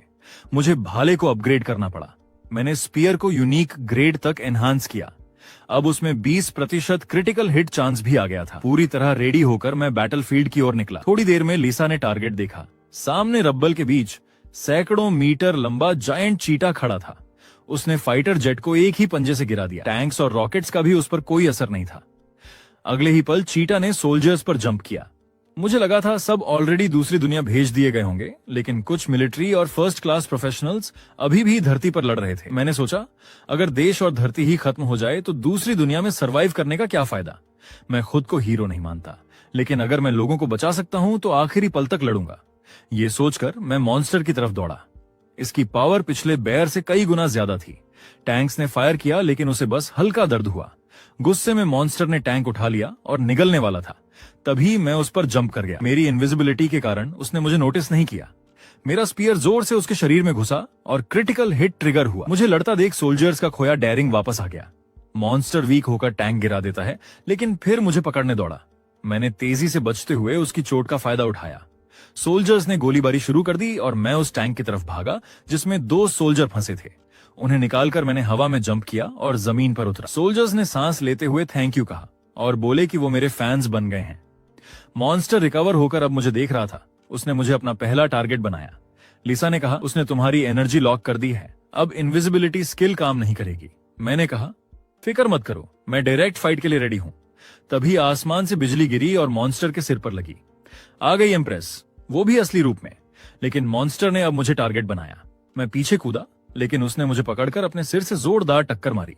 असल में ये मेरा ट्रैप था। आर्मर की हिडन थॉर्न स्किल ने मॉन्स्टर को फिर से बहुत ज्यादा डैमेज दिया। वो पागलों की तरह भागा और बिल्डिंग से टकरा गया। मैंने जंप लगाकर स्पीयर से एक और क्रिटिकल हिट किया। मॉन्स्टर अब कमजोर पड़ चुका था। एम्प्रेस समझ गई कि लेवल डिफरेंस बहुत ज्यादा है। उसके अटैक से मॉन्स्टर नहीं मरेगा। उसने कहा, मैं तुम्हें बफ दे सकती हूँ, लेकिन इससे मेरी सारी डिवाइन पावर खत्म हो जाएगी। मैंने कहा, ट्राई करो। एम्प्रेस ने बिना देर किए पावर रिलीज की। सिस्टम ने बताया, स्पिरिट थंडर रिसीव्ड। अब मेरी स्पीड, अटैक, क्रिटिकल चांस सब बढ़ गए थे। अटैक्स में थंडर डैमेज भी जुड़ गया। मैंने सारे थॉर्न्स तोड़े और मॉन्स्टर के शरीर में जोरदार स्पीयर स्ट्राइक किया। थंडर डैमेज भी ट्रिगर हो गया और आखिरकार मॉन्स्टर मेरे हाथों मारा गया। मुझे इतना एक्सपीरियंस पॉइंट मिला कि मैं सीधा लेवल 28 तक पहुंच गया। लड़ाई खत्म होते ही मैं जमीन पर गिर गया। लिसा ने मेरी तारीफ की, जबकि एम्प्रेस अभी भी चेक कर रही थी कि चीता वाकई मरा है या नहीं। मुझे ये जानकर थोड़ा अजीब लगा कि उसे कोई एक्सपीरियंस पॉइंट नहीं मिला। तब उसने बताया कि क्योंकि हम पार्टी में नहीं थे, इसलिए एक्सपी शेयर नहीं हुआ। ये सुनकर मैं हैरान रह गया। पहली बार मुझे इस सिस्टम का पता चला। नीचे मौजूद लोग चीता के मरने पर खुश थे, लेकिन अब बारी थी लूट डिस्ट्रीब्यूशन की। मरा हुआ चीता सिकुड़कर छोटा हो गया था। जैसे ही लोग लूट बांटने वाले थे, मैंने उन्हें रोक दिया। मैंने साफ कहा कि मेरा हिस्सा सबसे बड़ा होना चाहिए। मैंने एम्प्रेस से सजेशन मांगा। उसने कहा, मुझे 60%, उसे 20% और बाकी लोग बचा हुआ हिस्सा बांट लें। ये सुनकर मैं सैटिस्फाइड था और दूसरों ने भी अपोज नहीं किया। मैं सीधे चीता पर चढ़ा और उसके शरीर से लेवल 3 मैजिक स्टोन निकाला। मैंने एम्प्रेस से सजेशन ली और उसने कहा कि ये मुझे ही लेना चाहिए, लेकिन बाकी लोगों को ये मंजूर नहीं था। आखिर ये हाई लेवल स्टोन था। लिसा इस लो लेवल सोच को देखकर डिसअपॉइंटेड हुई। मुझे माँ की सिखाई बात याद आई, जब कंट्रोवर्सी हो तो मुट्ठी से अच्छा कम्युनिकेशन टूल और कुछ भी नहीं है। मैंने स्टोन वापस चीता के शरीर में घुसा दिया और कहा, तुम लोग आपस में बांट लो, लेकिन अगर मेरा हिस्सा जरा भी कम हुआ तो कोई भी यहाँ से जिंदा नहीं जाएगा। मेरे प्रेशर को देखकर सब होश में आ गए और मान गए कि स्टोन मुझे ही मिलेगा। मैंने फिर से मैजिक स्टोन निकाला। उसी वक्त एम्प्रेस ने कहा कि मैं उसका हिस्सा भी संभाल लूं और बदले में वो अपने शेयर का 40% मुझे देगी। उसे सिर्फ चीता की स्किन चाहिए थी, बाकी हड्डियों को भी उसने मुझे दे दिया। ये सुनकर मैंने उसे तुरंत हाँ बोल दिया। बाकी लोगों ने भी एम्प्रेस की तरह नेगोशिएशन करने की कोशिश की, लेकिन इस बार मैंने स्ट्रिक्ट एटीट्यूड दिखाया। मैंने कहा कि अब मुझे 50% मटेरियल चाहिए। मजबूरी में उन्हें मानना पड़ा। सारे मटेरियल प्रोसेस करने के बाद मैं घर जाने लगा, लेकिन एम्प्रेस ने रोका। उसने कहा कि मेरी इनविजिबिलिटी बहुत स्ट्रांग है, वो भी मुश्किल से नोटिस कर पाई। असल में वो मेरे साथ पार्टी बनाना चाहती थी। मैंने सीधे मना कर दिया। उसने जबरदस्ती नहीं की, क्योंकि उसे धरती पर और लड़ाइयां लड़नी थीं। जाते जाते उसने मुझे अपना बिजनेस कार्ड दिया। उसका नाम था कंगमराई, लेकिन मेरा उससे कांटेक्ट करने का कोई इरादा नहीं था, इसलिए कार्ड जेब में रख लिया। इतना मटेरियल लेकर मैं और लिसा घर लौट आए और वर्कशॉप में काम जारी रखा। मैंने पहले कुछ डिस्ट्रक्शन ट्रैप्स बनाने का फैसला किया। लिसा अभी सोच रही थी कि धरती पर इतने स्ट्रॉन्ग मॉन्स्टर्स क्यों आ रहे हैं। हालांकि अभी हाल ही में कैटास्ट्रोफी हुआ था, लेकिन लेवल 3 के मॉन्स्टर्स पहले ही आ चुके थे। उसने कहा कि अभी धरती पर कोई भी सेकंड प्रोफेशन वाले प्रोफेशनल्स नहीं हैं। फिर भी मॉन्स्टर्स तीसरे लेवल तक डेवलप हो चुके हैं। इंसान डिवाइन पावर की मदद से दूसरी दुनिया में जाकर स्ट्रॉन्ग हो सकते थे, लेकिन मॉन्स्टर्स की ग्रोथ बहुत तेज थी।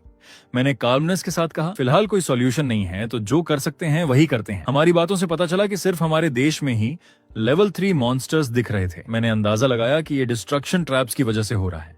मॉन्स्टर्स को इनसे खतरा महसूस हुआ और वो प्रेशर्ड होकर तेजी से डेवलप होने लगे। लिसा को पहले शक हुआ, लेकिन फिर मानना पड़ा कि ये हाइपोथेसिस सही हो सकता है। फिर भी अगर ट्रैप्स ना हो तो मॉन्स्टर्स इंसानों को मारकर और भी स्ट्रांग हो जाते। मतलब ट्रैप्स जरूरी थे, भले ही वो उनकी ग्रोथ को तेज कर रहे थे। मैंने ट्रैप्स बनाना जारी रखा। लिसा सोच रही थी कि क्या मुझे सच में सिर्फ ये चीजें बनाकर खुशी मिलती है। मैंने कहा कि मैं ये सिर्फ एक्सपीरियंस के लिए कर रहा हूँ। 1000 साल तक जिंदगी स्टेबल थी, ये न्यू थिंग्स एक्सपीरियंस करना ही मेरे लिए नया था। उसने कहा कि जब मैं और स्ट्रांग बनूंगा तो और भी अलग एक्सपीरियंसेस मेरा इंतजार कर रहे होंगे। यही मेरा भी मानना था कि खुद को लगातार स्ट्रांग बनाता रहूं। कुछ टाइम बाद रात हो गई और फेरीज वापस आई, जिन्होंने अपनी माना रिकवर कर ली थी। डिस्ट्रक्शन ट्रैप परफेक्ट करने के बाद वो अलग अलग देशों में डंजन सेट करने निकल गई। घर आकर मैं नहाया।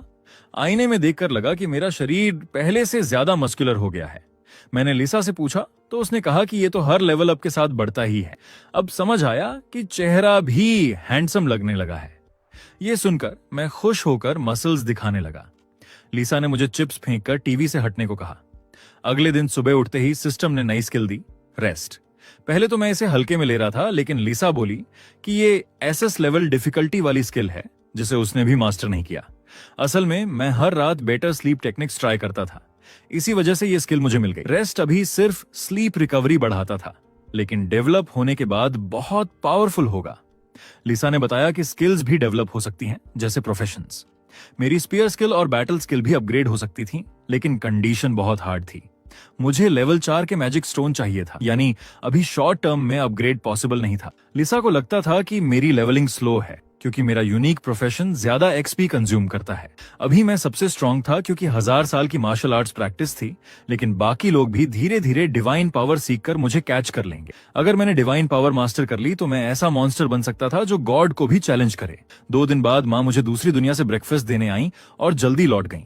तभी न्यूज में वही जगह दिखाई गई जहां मैंने जायंट चीटा को मारा था, लेकिन उसका डेड बॉडी गायब था। सबने कहा कि डंजन ने डेड बॉडी निगल लिया होगा, लेकिन मुझे शक हुआ कि चीता प्रेग्नेंट थी। और अचानक कैमरे में मैंने एक ब्लैक चीटा की प्रेजेंस देखी। शायद उसकी पावर इनविजिबिलिटी थी। मुझे अफसोस हुआ कि अगर जायंट चीटा को पूरा काटकर चेक किया होता तो ये हिडन डेंजर कभी न रहता।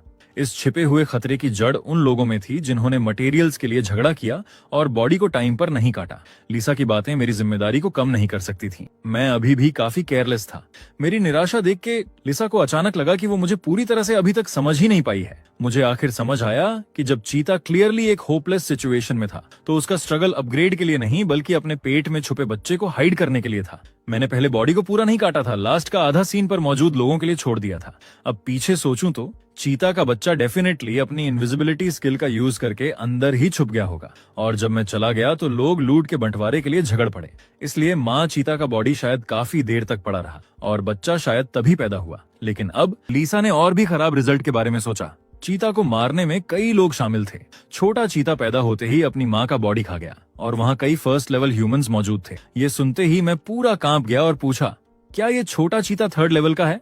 लिसा ने कॉन्फिडेंट होकर कहा, स्पेशल इनविजिबिलिटी एबिलिटीज वाला छोटा चीता डेफिनेटली 3rd लेवल का है। ये सुनकर मैं चुप हो गया और नॉइजी टीवी बंद कर दिया। लिसा सच में जानना चाहती थी कि क्या मुझे मॉन्स्टर का सामना करने का कॉन्फिडेंस है।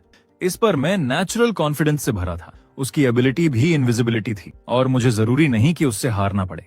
मेरे कॉन्फिडेंट एटीट्यूड को देखकर लिसा ने मुझे कुछ गुड न्यूज भी दी। अगर उसकी इनविजिबिलिटी बहुत स्ट्रांग है तो उसकी डिफेंस और अटैक कंपैरेटिवली वीक होगी, और वो अभी न्यू बॉर्न था तो उसकी स्ट्रेंथ पिछली चीता से ज्यादा नहीं होगी। तो मैंने नए इक्विपमेंट्स बनाने की तैयारी की। मुझे जल्दी इसका पीछा करना था, वरना अगर वो सिटी के सेंटर तक पहुंच गया तो बाकी बचे ह्यूमंस खतरे में पड़ जाते। लेकिन तभी मुझे याद आया कि कोई और है जो मेरी मदद कर सकती है, एम्प्रेस।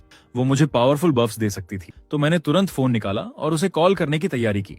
ये देखकर लिसा ने रिमाइंड किया कि इसका मतलब मेरी आइडेंटिटी रिवील हो जाएगी। कुछ ही देर में मैं वर्कशॉप के पास एक फोन बूथ पर पहुंचा। फिर मैंने कांग मेरे का नंबर डायल किया। हालांकि मैंने पहले कहा था कि मैं उससे कांटेक्ट नहीं करूंगा, लेकिन सिचुएशन स्पेशल थी। उसकी हेल्प से मेरी जीत की चांस काफी बढ़ जाती। उसी टाइम एम्प्रेस को कॉल मिली, लेकिन पब्लिक फोन नंबर ने उसे कंफ्यूज कर दिया। कॉल कनेक्ट होने पर उसने मेरी आवाज नहीं पहचानी। मजबूरी में मुझे वो टाइटल रिवील करना पड़ा जो लोगों ने मुझे दिया था। ये सुनकर एम्प्रेस को फाइनली समझ आया कि मैं ही उसे ढूंढ रहा हूँ। मैंने टाइम वेस्ट नहीं किया और तुरंत उसे मॉन्स्टर के बॉडी के गायब होने का असली रीजन बता दिया। सिचुएशन बहुत सीरियस है ये समझकर एम्प्रेस ने साफ तौर पर मेरी हेल्प के लिए हाँ कह दी, लेकिन अनएक्सपेक्टेड ये था कि उसने ये भी कहा कि वो आर्मी से कांटेक्ट करेगी ताकि वो भी मेरी मदद कर सके। हेल्पर अब सेफ था और इक्विपमेंट्स में थोड़े एडजस्टमेंट्स करने का टाइम था। वर्कशॉप में पहुंचकर मैंने एम्प्रेस से मिली कई मटेरियल्स निकाले। मॉन्स्टर की इनविजिबिलिटी स्पेशल एबिलिटी को टारगेट करते हुए मैं एक खास हथियार बनाना चाहता था। वेपन्स के लिए मेरा लॉन्ग स्पीयर ऑलरेडी काफी था, लेकिन मुझे चाहिए था एक long range throwing weapon. Opponent की एबिलिटी इनविजिबिलिटी थी, लेकिन शायद मेरी इनविजिबिलिटी एबिलिटी जितनी स्ट्रांग नहीं थी। इस टाइम एम्बुश करना बेस्ट स्ट्रैटेजी थी। कुछ ही देर में मैंने मां चीता की हड्डियों से एक हार्पून बनाया। ये नॉर्मल स्पीयर से अलग था। इसके बार्ब्ड सिरा प्रे को मजबूती से पकड़ सकता था और मैं इसमें और चीजें ऐड करने वाला था। हार्पून में स्ट्रॉन्ग पेनिट्रेशन पावर थी, लेकिन अगर इसके पीछे की रोप टूट गई तो खतरनाक हो जाता। तो मैंने चीता की स्किन को रोप के रूप में यूज करने का डिसाइड किया। जल्द ही लिसा ने परफेक्टली तैयार किए हुए इक्विपमेंट्स देखे और डाउट किया कि क्या मैंने डिवाइन मैजिक का यूज किया। ये सुनकर मैं स्पीचलेस था। अगर मैंने डिवाइन पावर मास्टर कर ली होती तो मुझे इतनी मेहनत करने की जरूरत ही नहीं होती। मैं सीधा मॉन्स्टर की पिटाई करने चला जाता। आखिरकार कई घंटों बाद सब तैयार हो गया। जब लिसा ने देखा कि मैं मां चीता की हड्डियों से उसके बच्चे का शिकार करने जा रहा हूं, तो उसने महसूस किया कि मैं बहुत क्रूर हूं, लेकिन ये भी काफी नहीं था। तो मैंने एक हाई लेवल मैजिक स्टोन निकाला। ये देखकर लिसा ने तुरंत मुझे रोकने की कोशिश की। उसे अंदाजा भी नहीं था कि मैं एक हार्पून पर इतना बड़ा रिस्क लूंगा, लेकिन ये रिसोर्सेज का पूरा यूज था। अगर मैं छोटे चीता को नहीं मार पाया तो इस मैजिक स्टोन को रखने का कोई फायदा नहीं था। जल्द ही मैजिक स्टोन की पावर से लोडेड हार्पून ने स्ट्रॉन्ग एनर्जी रेडिएट करना शुरू किया। अब harpoon high grade unique level तक पहुंच गया था और उसकी सारी एट्रीब्यूट्स 20% बढ़ गई थी। ये इफेक्ट मेरी एक्सपेक्टेशन से डबल था। ये हाई लेवल मैजिक स्टोन की पावर ही होनी चाहिए। नए बने इक्विपमेंट्स लेकर मैं फिर से एम्प्रेस से कांटेक्ट करने के लिए फोन बूथ पहुंचा। वो पहले से ही स्क्वायर की तरफ जा रही थी। मैंने उसे तुरंत अंदर न जाने को कहा। मॉन्स्टर के पास इनविजिबिलिटी स्किल थी और केयरलेस एंट्री अटैक में बदल सकती थी। छोटा चीता उसी जगह के पास होना चाहिए जहां मां चीता मरी थी। वो बहुत पॉसिबल है कि अपनी मां का बदला लेने की तलाश में हो, तो मैंने एम्प्रेस को सावधान रहने के लिए कहा। आखिरकार मां चीता को हमने ही मारा था। फिर लिसा ने अचानक आगे व्हीकल्स देखे। कार में बैठी शख्स एम्प्रेस कैंग मेरे थी। हालांकि वो अभी भी मेरी पहचान नहीं जानती थी। एम्प्रेस ड्राइव करते हुए मेरी प्लान के बारे में पूछ रही थी। मेरी प्लान सिंपल थी, हार्पून का यूज करके उसे गिराना ताकि वो इनविजिबिलिटी एबिलिटी यूज न कर सके। मैं पहले इंसिडेंट साइट पर एंट्री करूंगा। जल्द ही लिसा को भी फील हुआ कि छोटा चीता पास ही है। ऐसा लग रहा था कि उसने अभी तक मेरे अराइवल को नोटिस नहीं किया, जिससे एम्बुश करना और इजी हो गया। फिर मैंने हार्पून के दूसरे एंड को जमीन में मजबूती से फिक्स कर दिया। अब मुझे बस छोटे चीता के आने का वेट करना था। उसकी एनर्जी मेरी और लिसा की परसेप्शन से बच नहीं सकती थी। कुछ ही देर में एक अजीब ठंडी एनर्जी धीरे धीरे फैलने लगी। उस पल मेरे बगल में छोटा चीता खड़ा था, लेकिन उसने मुझे नोटिस नहीं किया था। वो अपनी इनविजिबिलिटी एबिलिटी पर बहुत ज्यादा कॉन्फिडेंट था।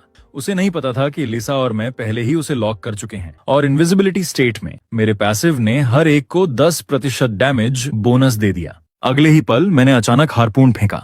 स्पीड से उड़ता हुआ हार्पून सीधा वार करने की इच्छा लेकर आया और फिर उसने छोटे चीता के शरीर को जोरदार तरीके से हिट किया। इस अचानक अटैक ने चीता को दर्द से चीखने पर मजबूर कर दिया, लेकिन असली दर्द तो अभी बाकी था। मेरे हमलों में एक्स्ट्रा डैमेज था, लेकिन फिर भी हार्पून ने चीता के शरीर का सिर्फ आधा हिस्सा ही छेदा। लकीली उसकी डिफेंस और अटैक बहुत स्ट्रांग नहीं थे, वरना असर बहुत कम हो जाता। दर्द से तड़पते हुए चीता अब गुस्से में मुझे घूरने लगा। लिसा ने तुरंत मुझे वार्न किया और मैंने तुरंत रिएक्ट किया। तभी मॉन्स्टर का अटैक मेरी ओर मुड़ा।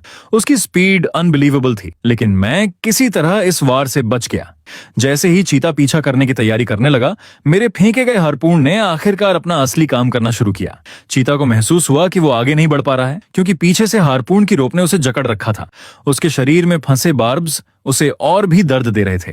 रोप मेरी उम्मीद से कहीं ज्यादा स्ट्रांग थी। अब मुझे बस यही करना था कि बचे हुए हार्पून से उस पर लगातार अटैक करता रहूं और ये बैटल लगभग जीत ली जाएगी। अगले ही पल मैंने तुरंत दूसरा हार्पून उठाया। चीता के दर्द से डिस्ट्रैक्ट होने का फायदा उठाते हुए मैंने अचानक उसे भी फेंक दिया और यह हार्पून भी चीता के फ्लैश को चीर गया। उसकी टेरिफाइंग चीख सुनकर मेरा मन हुआ कि सारे हार्पून इस्तेमाल करके इसे खत्म कर दूं, लेकिन तभी मुझे क्राइसिस का एहसास हुआ। वो दर्द झेलकर भी मुझ पर टूट पड़ा। मैंने दोनों हाथ उठाकर इस अटैक को ब्लॉक किया। एक पल में मेरे ग्लव्स टूटकर चकनाचूर हो गए। इस जबरदस्त इम्पैक्ट ने मुझे कई मीटर पीछे धकेल दिया, लेकिन मुझे सबसे ज्यादा दुख इस बात का हुआ कि उन ग्लव्स में लगी मेरी बनाई स्पेशल बोन ब्लेड अब टुकड़ों में बिखर गई थी। हालांकि मेरी आर्म सेफ थी, अब उन्हें बाद में रिपेयर करना होगा। ये देखकर लीसा भी शॉक्ड रह गई। उसे उम्मीद नहीं थी कि वो ग्लव्स सच में काम करेंगे। तभी चीता ने अपने पंजे घुमाए और उनसे निकला एक शार्प एनर्जी ब्लड ब्लेड। मैं तुरंत जंप करके उस अटैक से दूर हो गया, लेकिन ब्लड ब्लेड की डिस्ट्रक्टिव पावर देखकर मैं और लीसा दोनों दंग रह गए। होश में आते ही लीसा बोली कि यही उसकी एबिलिटी है। उसका यह अटैक मुझे भी सरप्राइज कर गया। मुझे उम्मीद ही नहीं थी कि इसके पास लॉन्ग रेंज कैपेबिलिटी होगी, लेकिन यही तो लेवल 3 वाले मॉन्स्टर की स्ट्रेंथ होती है। अब चीता की मूवमेंट में थोड़ी स्लोनेस साफ दिखाई दे रही थी। लगातार वायलेंट एक्शन से उसके घावों से ब्लीडिंग हो रही थी। जितना वो स्ट्रगल करता उतनी ही उसकी चोटें और बढ़ रही थीं। लग रहा था कि छोटा चीता अब हालात समझ चुका था। अगले ही पल उसने अपने मुंह से हारपून की रोप काट डाली। ये देखकर लीसा ने तुरंत मुझे वार्न किया कि अगर मैंने अभी एक्शन नहीं लिया तो वो सारी रस्सियां तोड़ देगा। मैंने जल्दी से आयरन पोस्ट उठाया और हारपून को ग्राउंड में फिक्स कर दिया। पहले तो मैं सोचता था कि मॉन्स्टर्स में कोई इंटेलिजेंस नहीं होती, लेकिन अब साफ था कि जब ये हायर लेवल तक पहुंचते हैं तो स्ट्रेंथ और इंटेलिजेंस दोनों में बहुत सुधार हो जाता है। मैंने फिर हारपून उठाया, तैयार कि उसकी मूवमेंट को ब्लॉक कर सकूं। छोटे चीता ने भी बिना हिचक दूसरा ब्लड ब्लेड छोड़ा, लेकिन मैं फिर भी उससे बच निकला। फिर मैंने पूरी फोर्स से हारपून फेंका। इस बार मेरा टारगेट था उसका पंजा। उसके शरीर में पहले से ही 3 हारपून धंसे हुए थे और अब पंजे में फंसा हारपून उसे अटैक करने से रोक रहा था। चीता पागलों की तरह चीख उठा। लीसा ने मेरे थ्रोइंग स्किल की प्रेज की। उसकी यह रेयर प्रशंसा सुनकर मैं खुश हो गया, लेकिन अभी भी लापरवाह नहीं हो सकता था। छोटे चीता को इतनी आसानी से मारना पॉसिबल नहीं था। तभी पीछे से लाउड नॉइज आई। वो थी एम्प्रेस कांगमिरे। वह अब अपने सोल्जर्स के साथ पहुंच चुकी थी। सामने जूझते मॉन्स्टर को देखकर उसने तुरंत अटैक शुरू किया। उसकी हथेलियों में इलेक्ट्रिक एनर्जी चमकने लगी। उसने पूरी स्ट्रेंथ से अपनी पावर रिलीज की। इस बार की बिजली पिछली बार से कई गुना ज्यादा पावरफुल थी। उसका वार छोटे चीता पर बहुत हैवी पड़ा और अब उनकी कार भी आकर मेरे सामने रुकी। कार से उतरकर एम्प्रेस ने सरप्राइज होकर देखा कि मैंने वाकई मॉन्स्टर को कैप्चर कर रखा है। उसके आने से मैं बेहद एक्साइटेड हो गया। वो बिल्कुल राइट टाइम पर आई थी। मैंने तुरंत उसके साथ स्ट्रेटेजी पर डिस्कस किया। मेरी प्लान थी कि एम्प्रेस इलेक्ट्रिक अटैक करके मेरे वॉर का साथ दे। एम्प्रेस की स्ट्रेंथ तेजी से बढ़ती जा रही थी। साफ था कि उसकी असली आइडेंटिटी बहुत इंपॉर्टेंट है, लेकिन यही तो बेस्ट था। जितनी वो स्ट्रांग होगी, शिकार उतना ही ईजी होगा। चीता ने उसके अटैक का सामना किया, लेकिन अब उसका शेक करता बॉडी उसकी वीकनेस दिखा रहा था और अब असली हंटिंग बैटल शुरू हो चुकी थी। मैंने फिर से हारपून पोस्ट को ग्राउंड में ठोक दिया। छोटा चीता अभी अभी एम्प्रेस की बिजली से पैरालाइज हुआ था। उसके शरीर में पहले से ही 3 हारपून धंसे हुए थे। अब वो कहीं नहीं जा सकता था। मैंने पूरी फोर्स से अगला हारपून फेंका। इस बार उसका दूसरा पंजा टारगेट बना। छोटा चीता बहुत पावरफुल था। मुझे डर था कि पोस्ट टूट सकते हैं, इसलिए मैं कोई चांस नहीं लेना चाहता था। मैंने एम्प्रेस से उसकी कंडीशन पूछी। उसने कहा कि अभी तुरंत बिजली गिरा सकती है, लेकिन अगर 2 मिनट और रुके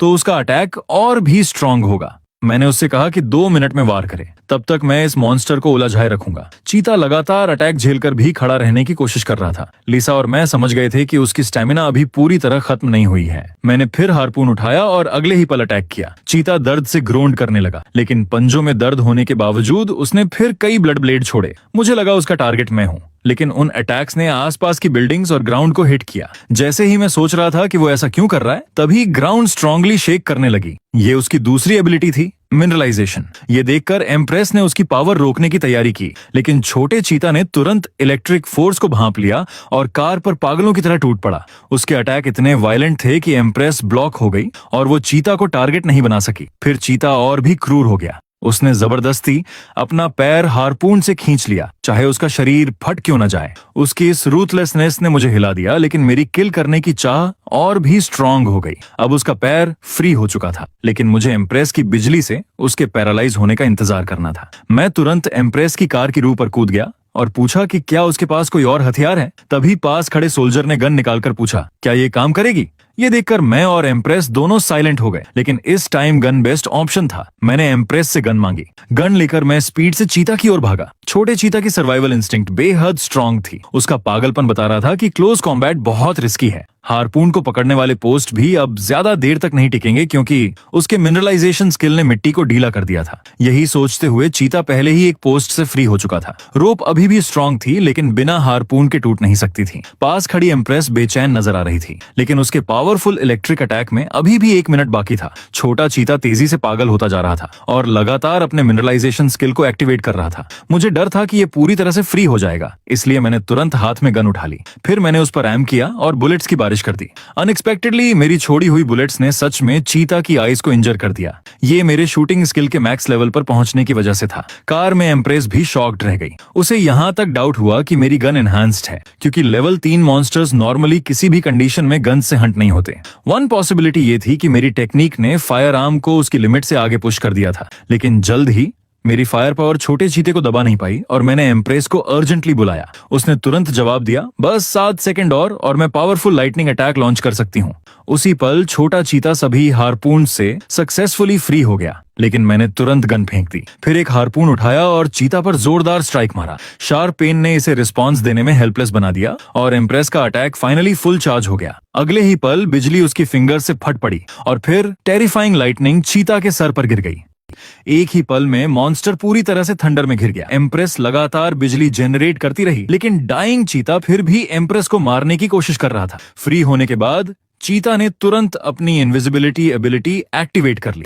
इससे एम्प्रेस को बिल्कुल अंदाजा नहीं था कि वो कहां से अटैक करेगा, लेकिन इससे पहले कि चीता एम्प्रेस पर हिट कर पाता मैं ऑलरेडी उसके सिर के ऊपर पहुंच चुका था। नेक्स्ट मोमेंट मेरे हाथ में हार्पून ने जोरदार तरीके से उसकी स्कल को पियर्स कर दिया। अपनी लास्ट सांस लेते हुए छोटा चीता फाइनली जमीन पर गिर पड़ा। खतरा टल जाने के बाद एम्प्रेस क्यूरियस थी कि मैंने चीता को कैसे डिटेक्ट किया, लेकिन मैंने रिप्लाई नहीं किया बल्कि अनगिनत रोप्स का यूज करके चीते को बांध दिया। लीसा को समझ नहीं आया कि मैंने मॉन्स्टर को तुरंत क्यों नहीं मारा। इसे देखकर मैंने उसे एक्सप्लेन किया कि मैं सब कुछ अकेले नहीं रख सकता था। जब एम्प्रेस आई तो वो मेरे एक्शन से हैरान थी क्योंकि इस बार मैंने खुद उसे टीम में ज्वाइन करने के लिए इनवाइट किया था और मैं पूरा एक्सपीरियंस अपने पास नहीं रखना चाहता था। हालांकि ये इनवाइट उसे थोड़ा सडन लगा, लेकिन एम्प्रेस खुशी खुशी मेरी टीम में शामिल हो गई। कुछ टाइम बाद सिस्टम ने नोटिफाई किया कि हमने सक्सेसफुली टीम बना ली है। उस पेज को देखकर जिसे मैंने पहले कभी नहीं देखा था, मेरा फेस अननोन एक्साइटमेंट से भर गया। एम्प्रेस मुझे इतना खुश देखकर कंफ्यूज थी, लेकिन जब उसने पूछा कि क्या ये मेरी फर्स्ट टाइम टीम बनाना था तो मैं तुरंत काल्म हो गया और एक्सक्यूजेस देने लगा। अब बारी थी इस लेवल 3 मॉन्स्टर को बुचर करने की। डाइंग चीता को देखते हुए मैंने उसे फाइनल गुड बाय दिया, फिर सीधे उसे किल कर दिया। चीता को किल करने से मिला एक्सपीरियंस मुझे सीधा लेवल 36 तक ले गया। सभी एट्रीब्यूट्स 10 पॉइंट्स बढ़ गए। पास में लीसा मुझे इतने लेवल्स अप होते देखकर संतुष्ट लगी, लेकिन लेवल अप करने के बाद मुझे चक्कर आने लगे। ये एक बार में बहुत ज्यादा एक्सपीरियंस गेन करने के कारण था। पास में एम्प्रेस को भी नौजिया फील हुआ। लीसा ने बताया कि लेवल 3 मॉन्स्टर्स को किल करने से लेवल 2 के मुकाबले कहीं ज्यादा एक्सपीरियंस पॉइंट मिलता है। कंटिन्यूअस लेवलिंग की वजह से साइड इफेक्ट्स ने हमें बहुत अनकंफर्टेबल कर दिया, लेकिन कुछ समय बाद हम ठीक हो जाएंगे। थोड़ी देर बाद एम्प्रेस और मैं फाइनली नॉर्मल हो गए। अब लूट डिस्ट्रीब्यूट करने का टाइम आ गया था।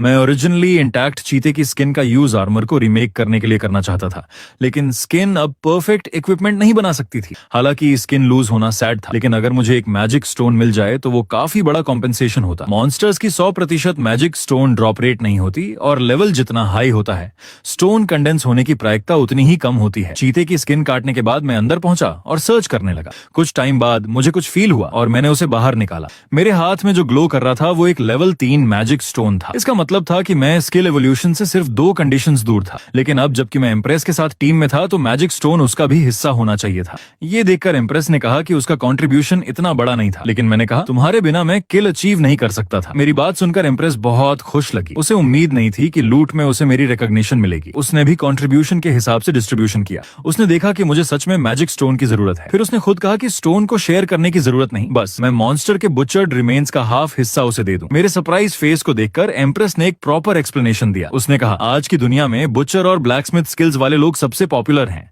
अगर आप बुचरिंग से रिवॉर्ड्स नहीं निकाल सकते तो चाहे आप कितने भी मॉन्स्टर स्किल कर लो, कोई फायदा नहीं। इसलिए तुम्हारा यूनिक बचरिंग स्किल किसी भी चीज से ज्यादा इंपॉर्टेंट है। जैसे ही मैंने चीता को कट करना शुरू किया, एम्प्रेस ने अपने लोग बुलाए ताकि मटेरियल ले जाने में हेल्प कर सकें। सीन देखकर लीजा ने सोचा कि मुझे एम्प्रेस के साथ अच्छे रिलेशन बनाने चाहिए। आखिर ऐसी बैकग्राउंड और स्ट्रेंथ वाले लोग रेयर होते हैं। हालांकि लीसा राइट थी, लेकिन सोशली एंग्शियस होने की वजह से मेरे लिए रिलेशनशिप बनाना अभी भी मुश्किल था। कुछ देर बाद मैंने फाइनली छोटे चीते को पूरी तरह से कट कर दिया। एम्प्रेस के साथ आए लोग कई ट्रक्स लेकर आए थे और उसने सबको मटेरियल लोड करने का इंस्ट्रक्शन दिया। मटेरियल हैंडल करने के बाद एम्प्रेस ने मुझे बहुत थैंक्स कहा कि मैंने न सिर्फ उसे एक्सपीरियंस दिलाने के लिए साथ लिया बल्कि उसे ह्यूज मॉन्स्टर मटेरियल भी दिया। ये देखकर मैंने कहा कि छोटे चीते को किल करने में उसने भी बहुत मदद की। लेकिन फिर एम्प्रेस ने मुस्कुराते हुए हमारी टीम को डिसमिस करना चाहा। ये सुनकर मेरा दिल टूट गया। मैंने सोचा कि शायद मैंने कुछ ऐसा किया जो उसे पसंद नहीं आया, लेकिन एम्प्रेस ने कहा, मुझे लगता है कि मेरे और तुम्हारे बीच का अंतर बहुत बड़ा है। अगर हम कंटिन्यू करेंगे तो शायद मैं तुम्हें पीछे खींच लूंगी। जब मेरी स्ट्रेंथ तुम्हारे बराबर होगी तब मैं तुम्हें फिर से टीम इनवाइट भेजूंगी। उसके रियल थॉट्स जानकर मैंने फोर्स नहीं किया और अग्री किया कि फ्यूचर में मैं इस पर जरूर कंसिडर करूंगा। मेरी रिस्पांस पाकर एम्प्रेस ने मेरे कैरेक्टर की बहुत तारीफ की। उसने सोचा कि मैं पहले की तरह प्रिंसिपल्स वाला हूँ। उसी वक्त मैंने भी एम्प्रेस का बढ़ाया हाथ पकड़ लिया। अगले ही पल हमारी टीम डिसमिस हो गई। हालांकि मुझे अकेले होने की फ्रीडम वापस मिल गई थी, लेकिन एक साथी खोने से मुझे थोड़ा सैडनेस हुआ। फिर भी मैंने एम्प्रेस के चॉइस का रिस्पेक्ट किया। फ्यूचर में जब हम दोनों स्ट्रॉन्गर होंगे तो फिर से साथ काम करेंगे। इस बीच एम्प्रेस के साथ आए लोगों ने कहा कि अब जाने का टाइम है, लेकिन जैसे ही वो ड्राइव करने वाले थे एम्प्रेस को अचानक कुछ याद आया। उसने मुझे रोक लिया जब मैं घर जाने की तैयारी कर रहा था। असल में उसे मेरे कॉन्टैक्ट डिटेल्स और रियल नेम चाहिए थे और उसने वादा किया कि वो किसी को नहीं बताएगी। सनसेट में एम्प्रेस को देखकर मुझे लगा कि वो ट्रस्टवर्दी है और लगातार 2 फाइट्स के बाद मुझे लगा कि मेरे दिल में ऑलरेडी आंसर है। फिर मैंने उसे अपना नाम और कॉन्टैक्ट डिटेल्स दोनों देने का फैसला किया। मेरा नाम जानने के बाद एम्प्रेस हैप्पीली बोली कि वो जरूर मुझसे कांटेक्ट करेगी और ये लगता था कि पहली बार मैंने किसी लड़की के साथ नंबर्स एक्सचेंज किए थे। मेरी करंट कंडीशन देखकर लीसा मुझे छेड़े बिना नहीं रह सकी। शाम को मैं फॉर्जिंग वर्कशॉप में वापस आया। छोटे चीते को किल करने और लेवल 3 मैजिक स्टोन पाने के बाद मेरी मार्क्समैनशिप एवोल्यूशन से सिर्फ 2 कंडीशंस बाकी थीं, लेकिन मेरा एसएस लेवल कंफर्ट स्किल अभी भी काफी दूर था, स्पेशली क्योंकि उसमें 500 लीटर ट्रोल ब्लड चाहिए था। अब तक धरती पर कोई ट्रोल नहीं मिला था। फ्यूचर में ट्रोल को एफिशिएंटली किल करने के लिए मैंने लीसा से ट्रोल नॉलेज के बारे में बहुत क्वेश्चंस पूछे। उसने बताया कि ट्रोल्स के पास एक्सट्रीमली स्ट्रॉन्ग रिजनरेटिव एबिलिटीज होती हैं। तब मुझे समझ आया कि कंफर्ट स्किल एवोल्यूशन के लिए ट्रोल ब्लड क्यों चाहिए था। शायद ये इवॉल्व हुए कंफर्ट को हीलिंग एबिलिटीज दे सकता है। मेरे अंदाजे को लीसा ने कंफर्म किया और मेरी कंफर्ट स्किल के लिए एंटिसिपेशन और भी बढ़ गई। नेक्स्ट, मुझे अपने स्पीयर को फिर से स्ट्रेंथन करने की जरूरत थी, वरना ये आने वाले मॉन्स्टर्स पर इफेक्टिव नहीं होगा। मैं चाहता था कि लीसा डंजन बनाने में यूज किए जाने वाले कुछ मैजिक स्टोन्स मेरे साथ शेयर करे, लेकिन उसने मना कर दिया क्योंकि अनयूज्ड मटेरियल्स हेवन द्वारा रिकॉल हो जाते हैं। मैजिक स्टोन अपग्रेड के बिना मैंने पहले बाकी मटेरियल्स हैंडल करने की सोची, लेकिन मॉन्स्टर का मीट अभी भी टॉक्सिन से भरा लग रहा था और मुझे नहीं पता था इसे कैसे सॉल्व करूं जब तक कि मुझे तुरंत पॉइजन रेजिस्टेंस ना मिल जाए। तभी अचानक हाई टेम्परेचर ने मेरा हाथ जला दिया और मॉन्स्टर का मीट नीचे गिर गया। मुझे उम्मीद नहीं थी कि इटर्नल फ्लेम एक्चुअली मॉन्स्टर का मीट खाना पसंद करती है। पॉइजन रेजिस्टेंस हासिल करने के बाद मैं खुद इसका टेस्ट लेना चाहता था, लेकिन लीसा को लगा कि मॉन्स्टर का मीट अब तक रॉटन हो चुका होता है। हालांकि फ्लेम द्वारा रिफाइंड मीट देखकर मुझे अजीब फील हुआ। फिर इटर्नल फ्लेम के अंदर के मीट पीसेस चेंज होने लगे। जैसा मैंने सोचा था वैसा चारकोल नहीं बना। फ्लेम द्वारा रिफाइन होने के बाद जो सामने आया उसने मुझे हैरान कर दिया। रिफाइंड मीट इलास्टिक और टफ हो गया। मेरे एक्साइटेड फेस को देखकर लीसा क्यूरियस थी कि मैं इसके साथ क्या करने की प्लान कर रहा हूँ। मैंने मीट को हैमर से मारते हुए उसे अपने प्लान्स बताए। ये इटर्नल फ्लेम द्वारा रिफाइन हुआ था, इसलिए इसमें हाई फायर रेजिस्टेंस होना चाहिए। अगर मैं इससे स्लिंग शॉट जैसी कोई चीज बनाऊं तो ये श्योरली इफेक्टिव होगी। फिर मैंने बड़ी मात्रा में मीट फ्लेम में डाल दिया। रिफाइंड मीट को प्रोसेस करते हुए मैंने अपने मेजरमेंट के हिसाब से स्लिंग शॉट ब्लूप्रिंट बनाना शुरू किया, जिसका काम चीते के टीथ हेमो करेंगे। उनकी शार्पनेस बोन्स से कहीं ज्यादा थी। कुछ समय बाद कई बड़े टूथ बॉल्स सक्सेसफुली तैयार हो गए। कई घंटों बाद मेरे लिए सबसे ज्यादा जरूरी स्लिंग शॉट गन भी रेडी हो गई। अनफॉर्चुनेटली मैं इस पर अपग्रेड यूज नहीं कर सका। स्लिंग शॉट बेसिकली कंप्लीट था और रिफाइंड मीट बेस्ट स्ट्रिंग साबित हुआ। ये नया वेपन डेफिनेटली लेथल होगा। बस एक कमी थी कि इसका यूज करना काफी मुश्किल था, क्योंकि सिर्फ एमो लोड करना ही मेरे लिए बहुत परेशान करने वाला था। रियल फाइट में इसे लगातार यूज करना अनरियलिस्टिक लग रहा था, लेकिन एक फाइनल ट्रम्प कार्ड के तौर पर यह परफेक्ट था। लकीली डिवाइन आर्ट्स के बाद स्लिंग शॉट को 20% लोडिंग स्पीड बूस्ट मिला। ये मेरे लिए अनएक्सपेक्टेड हैप्पीनेस थी, लेकिन लीसा को अभी भी लगा कि स्लिंग शॉट में बहुत फ्लॉज हैं, क्योंकि इसकी लेंथ प्लस टीथ लगभग 3 मीटर थी। हालांकि ये वेपन बेसिकली बड़े मॉन्स्टर्स से निपटने के लिए था। मैंने छोटे मॉन्स्टर्स के लिए वेपन्स बनाने के लिए चीते की बोन्स यूज करने की सोची। पूरा दिन नए वेपन्स बनाने के बाद अगली सुबह भी मैंने रेस्ट नहीं किया बल्कि डंजन बनाना कंटिन्यू किया। फेरीज भी अभी अभी अपनी मैजिक पावर रिकवर कर चुकी थी, तो वो सब मेरे डंजन बनाने को देखने आ गई।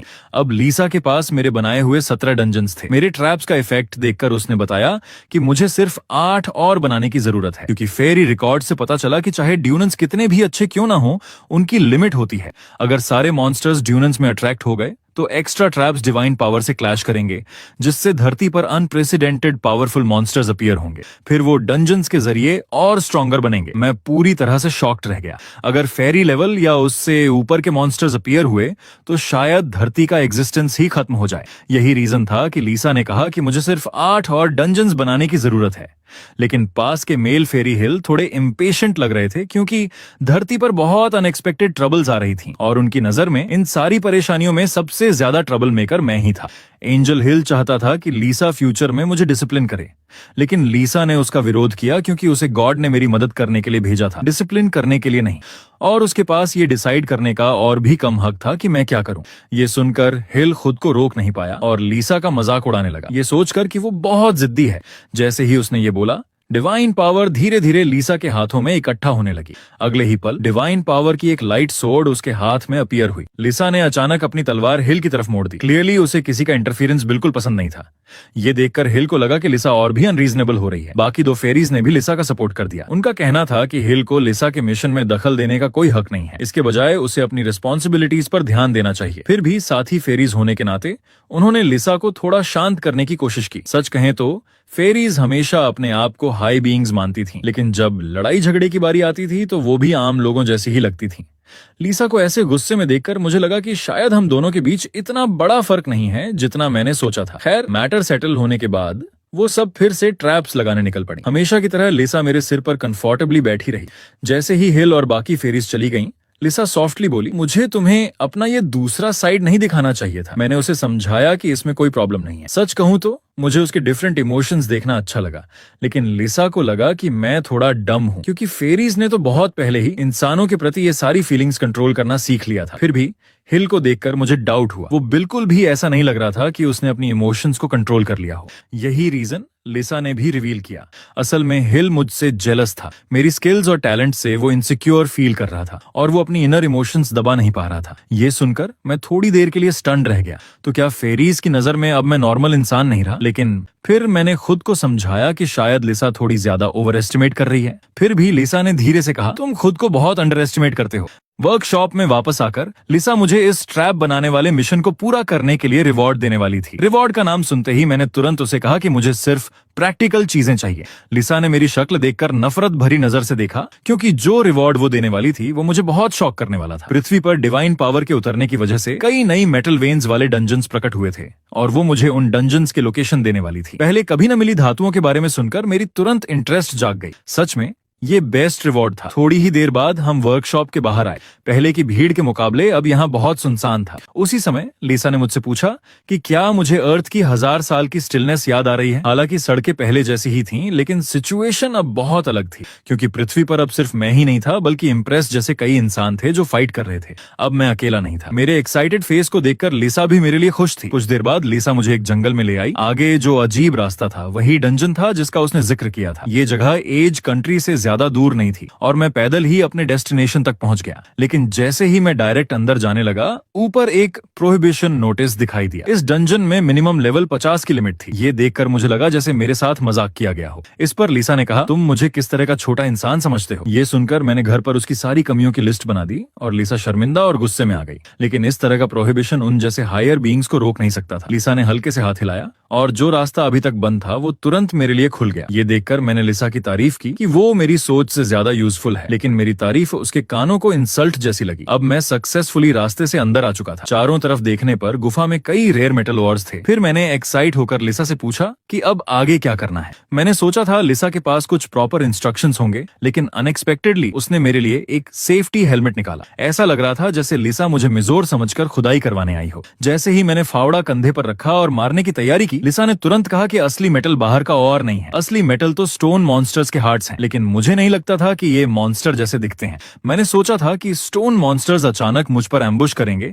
लेकिन लिसा ने कहा कि वो हिल भी नहीं सकते। ये सुनकर मुझे थोड़ी डिसअपॉइंटमेंट हुई, क्योंकि आने वाला टाइम बहुत बोरिंग होने वाला था। अच्छा हुआ कि फॉर्जिंग के टाइम पर मैंने नए टूल्स बनाए थे, जिनमें से एक था हैवी एक्स हैमर। इसे देखकर लिसा ने भी माना कि ये टूल और मॉन्स्टर्स से निपटने के लिए परफेक्ट है, लेकिन इस टूल में कई फ्लॉज थे। एक बार मुझे रेयर मेटल मिल गया तो शायद मैं इसे फेंक दूं। खुद को रेडी करने के बाद मैंने पूरी ताकत से एक्स हैमर घुमाया। अगले ही पल हार्ड मॉन्स्टर पत्थर के टुकड़ों में टूट गया। मुझे जिसकी उम्मीद नहीं थी वो ये था कि मुझे सिर्फ एक्सपीरियंस पॉइंट्स ही नहीं मिले, बल्कि मेरे क्रिटिकल स्ट्राइक स्किल का लेवल भी अप हो गया। सबसे शॉकिंग ये था कि मॉन्स्टर एक हिट भी नहीं झेल पाया। मॉन्स्टर के टूटने पर जो शाइनी मेटल ब्लॉक्स पीछे बचे वही उनके हार्ट्स थे, और यही इस जर्नी के जरूरी रेयर ऑर्स भी थे। नॉर्मली जब और मॉन्स्टर्स को खतरा महसूस होता है तो वो अपने मेटल हार्ट्स का यूज उस बॉडी पार्ट को स्ट्रॉन्ग करने में करते हैं जिस पर अटैक हो रहा हो। इसलिए दो लोगों का एक साथ ब्रेन लगाना सबसे इजी तरीका था। हालांकि क्योंकि ओपोनेंट सिर्फ सेकंड लेवल का मॉन्स्टर था, ये मेरे अटैक को बहुत मुश्किल से ही झेल पा रहा था। आगे के टाइम में मैंने लगातार मेटल हार्ट्स कलेक्ट करना शुरू कर दिया, और मिला एक्सपीरियंस मुझे लेवल 1 तक अपग्रेड कर गया। लेकिन पूरा दिन काम करने के बाद इस वक्त मैं बहुत बोर हो चुका था। इस डंजन में न कोई एडवेंचर था, न कोई रोमांच, कुछ भी नहीं। हम गुफा में और डीप गए, और जल्दी ही हमारा सामना तीसरे लेवल के एक ह्यूज मेटल मॉन्स्टर से हुआ। ये उन छोटे मॉन्स्टर से लगभग 20 लेवल ऊपर था जिन्हें मैंने पहले मारा था। तो नेचुरली इसकी डिफेंस इतनी इजी नहीं थी कि एक्स हैमर उसे ब्रेक कर सके। लेकिन इस तरह के हाई डिफेंस मॉन्स्टर से निपटने के लिए मेरा नया इन्वेंटेड स्लिंग शॉट गन काम आया। मैंने तुरंत गन को कंधे पर रखा और मेटल मॉन्स्टर के ऊपर जंप कर गया। जब शार्प टूथ बुलेट्स उसके शरीर से टकराई तो पूरी गुफा में क्रैकिंग साउंड गूंज उठी। अगले ही पल बड़ा मेटल मॉन्स्टर भी टुकड़ों में बदल गया। लेकिन उसी टाइम स्लिंग शॉट गन की कमजोरी सामने आ गई। चलाई गई बुलेट जमीन में गहराई तक धंस गईं और स्ट्रॉन्ग इम्पैक्ट फोर्स के कारण टूट भी गईं। ये देखकर मैंने सोचा कि मैं यहाँ बुलेट्स वेस्ट नहीं कर सकता, वरना खत्म होने पर उन्हें रिफिल करना मुश्किल होगा। रिसाइकलिंग और रीयूज के बारे में सोचते हुए लिसा ने फिर भी मुझे पहले मेटल हार्ट्स कलेक्ट करने की सलाह दी। बड़े मेटल मॉन्स्टर्स द्वारा छोड़े गए हार्ट्स ज्यादा स्मूथ और यहाँ तक कि और हार्ड भी थे। लिसा ने कहा कि हालांकि ये सबसे हाई ग्रेड मेटल कोर नहीं था, लेकिन ये करंट अर्थ के लिए काफी था। इतनी रेयर मेटल्स मिलने से मेरी इंटरेस्ट तुरंत और बढ़ गई। लेकिन क्योंकि मैं स्लिंग शॉट गन को अब ज्यादा यूज नहीं कर सकता था, मुझे एक्सन हैमर घुमाना पड़ा और धीरे धीरे खुदाई करनी पड़ी। एक हफ्ते बाद गुफा के मेटल मॉन्स्टर्स लगभग पूरी तरह मेरे द्वारा क्लियर कर दिए गए थे। लेकिन अनफॉर्चुनेटली मैं किसी भी हाई लेवल मेटल किंग से नहीं टकराया। सारे मेटल हार्ट्स कलेक्ट करने के बाद लिसा और मैं ड्यूनियन से बाहर आ गए। लेकिन जैसे ही हम बाहर निकले, सामने के नजारे ने मुझे हैरान कर दिया। पता चला कि जो एंजल्स अंडरग्राउंड सिटी बनाने का काम पूरा कर चुके थे वो वापस आ गए थे, और उनके साथ गुड न्यूज भी आई थी। अंडरग्राउंड सिटी के ऑपरेशन से अर्थ फिर से नॉर्मल हो चुकी थी और सक्सेसफुली अपग्रेड भी पूरा हो गया था। मॉन्स्टर्स भी धीरे धीरे गायब हो रहे थे और अब सिविलाइजेशन का रिवाइवल शुरू हो गया था। कई लोग इन्फॉर्मेशन मिलते ही दूसरी दुनिया से वापस लौट आए थे। हेवंस ने यह भी डिसाइड किया कि अब दूसरी दुनियाओं के मिशन रिवॉर्ड्स पर रिस्ट्रिक्शन लगाए जाएंगे ताकि ह्यूमंस वहां परमानेंट न रुक सकें। इसलिए जब हम अभी अभी लौटे थे, सड़कों पर फिर से वही हस्टल बस्टल वापस आ गया था। ड्यूनन से लौटने के बाद मैं फिर से इक्विपमेंट बनाने में लग गया। मेरे सामने का आर्मर, जिसे स्पेशल मेडल और मेरी टेक्निक्स से एनहांस किया गया था, अब लेजेंडरी लेवल तक पहुंच चुका था। इसमें पावरफुल पैसिव इफेक्ट्स भी आ गए थे। ये देखकर मैं एक्साइटेड हुए बिना नहीं रह पाया। इसका मतलब था कि जब भी मैं आर्मर पहनकर इनविजिबिलिटी मोड में स्पीयर अटैक करता तो मुझे प्लस 50% अटैक पावर का बोनस मिलता। इसके अलावा इस इक्विपमेंट को फोर्ज करने के बाद मेरा ब्लैक स्मिथ प्रोफेशन भी मिथिकल लेवल तक अपग्रेड हो गया। आगे अब वेपन्स की बारी थी और ये समय था स्पीयर को छोड़ने का। मैंने तुरंत उसे पुराने आर्मर के साथ इटर्नल फ्लेम में फेंक दिया। उसी समय सिस्टम ने नोटिफाई किया कि इटर्नल फ्लेम ने अपना अपग्रेड पूरा कर लिया है। इटर्नल फ्लेम बहुत हैप्पी भी लग रही थी, लेकिन पूरे दिन बिजी रहने के बाद मैं काफी एग्जॉस्टेड था। इसलिए मैंने डिसाइड किया कि घर जाकर प्रॉपर रेस्ट करूं। अगली सुबह मैं जल्दी उठ गया। लिविंग रूम का सीन मेरे लिए नॉस्टैल्जिक था। मेरे पेरेंट्स दूसरी दुनिया से लौट आए थे और मेरी मॉम पहले की तरह ब्रेकफास्ट बना रही थी। मॉन्स्टर्स के मास इन्वेजन के बाद से मैंने बहुत लंबे टाइम तक नॉर्मल फूड ठीक से नहीं खाया था, लेकिन ब्रेकफास्ट के बीच में ही डैड को जल्दी से वर्क पर जाना था। क्योंकि अब सब कुछ नॉर्मल हो गया था, उन्हें अपना प्रीवियस जॉब जारी रखना पड़ा। हालांकि बहुत से लोगों ने मॉन्स्टर हंटर बनने के लिए अपनी जॉब्स छोड़ दी थीं, लेकिन डैड अब भी स्टेबिलिटी पसंद करते थे। जाने से पहले मैंने जल्दी से डैड को रोका और उन्हें डिफेंसिव अंडरवेयर पहनाया जो मैंने पहले बनाया था। ये लो लेवल मॉन्स्टर्स के ज्यादातर डैमेज को रोक सकता था। डैड को बाय कहने के बाद मॉम ने कहा कि यूनिवर्सिटीज फिर से खुल गई हैं और पूछा कि क्या मैं स्कूल वापस जाना चाहता हूँ। ये सुनकर मैंने तुरंत मना कर दिया, क्योंकि अब मुझे इसकी जरूरत नहीं थी। मॉम ने मेरे डिसीजन को सपोर्ट सपोर्ट किया और मुझे फोर्स नहीं किया। ब्रेकफास्ट खत्म करने के बाद मैंने मॉम के लिए भी वही डिफेंसिव अंडरवेयर बनाया, लेकिन उनकी इंटरेस्ट मेरे हैवी हैंडबैग में ज्यादा थी। हालांकि बैग काफी हैवी था, इसलिए मैंने वो मॉम को नहीं दिया और इंस्टेड उन्हें एक लाइट पोर्टेबल बैकपैक दिया। घर से निकलकर मैं फिर से वर्कशॉप पहुंचा, लेकिन जैसे ही मैंने दरवाजा खोला, अंदर एवरीथिंग पूरी तरह रेनोवेटेड हो चुका था। पता चला कि ये गॉड की तरफ से एक रिवॉर्ड था। वर्कशॉप के सारे टूल्स अब हाई लेवल के थे और ये मटेरियल्स तो केवल अर्थ के सेकंड स्टेज में डेवलप होने के बाद ही मिल सकते थे। जैसे ही मैं ब्राइट आई से उन्हें देख रहा था और लीसा ऑफ गॉड का थैंक्स कर रहा था, लीसा ने कहा कि ये सारे रिवॉर्ड्स नहीं है। फिर वो मेरे पास एक बुक लेकर आई, इसमें पॉइजन रेजिस्टेंस स्किल थी। ये मुझे लेवल 4 मॉन्स्टर्स के पॉइजन को रेजिस्ट करने में हेल्प करेगी। ये देखकर मैं और भी एक्साइटेड हो गया, क्योंकि इसका मतलब था कि फ्यूचर में मैं मॉन्स्टर मीट भी फ्रीली खा सकता था। अब लास्ट रिवॉर्ड बचा था। अर्थ ने अपना एवोल्यूशन पूरा कर लिया था, इसलिए लिसा मुझे उस डंजन का लोकेशन देने वाली थी जहां ट्रॉलर्स दिखाई दिए थे। वो जगह वास्तव में कंट्री एन में थी। लिसा से इन्फो मिलने के बाद मैंने तुरंत टिकट खरीदी और एयरपोर्ट पहुंच गया। मेरी इतनी जल्दी का कारण ये था कि ये मेरी फर्स्ट एयरप्लेन जर्नी होने वाली थी। लेकिन तभी लिसा ने माथा पकड़ लिया और बोली, मुझे लगता है मैं कुछ भूल गई। उसने कहा कि अर्थ का ऑर्डर अब पूरी तरह रिस्टोर हो चुका है और अब फॉरेन ट्रैवल के लिए पासपोर्ट और वीजा जरूरी है। ये तो बेसिक कॉमन सेंस था, लेकिन मेरे पास दोनों में से कुछ भी नहीं था।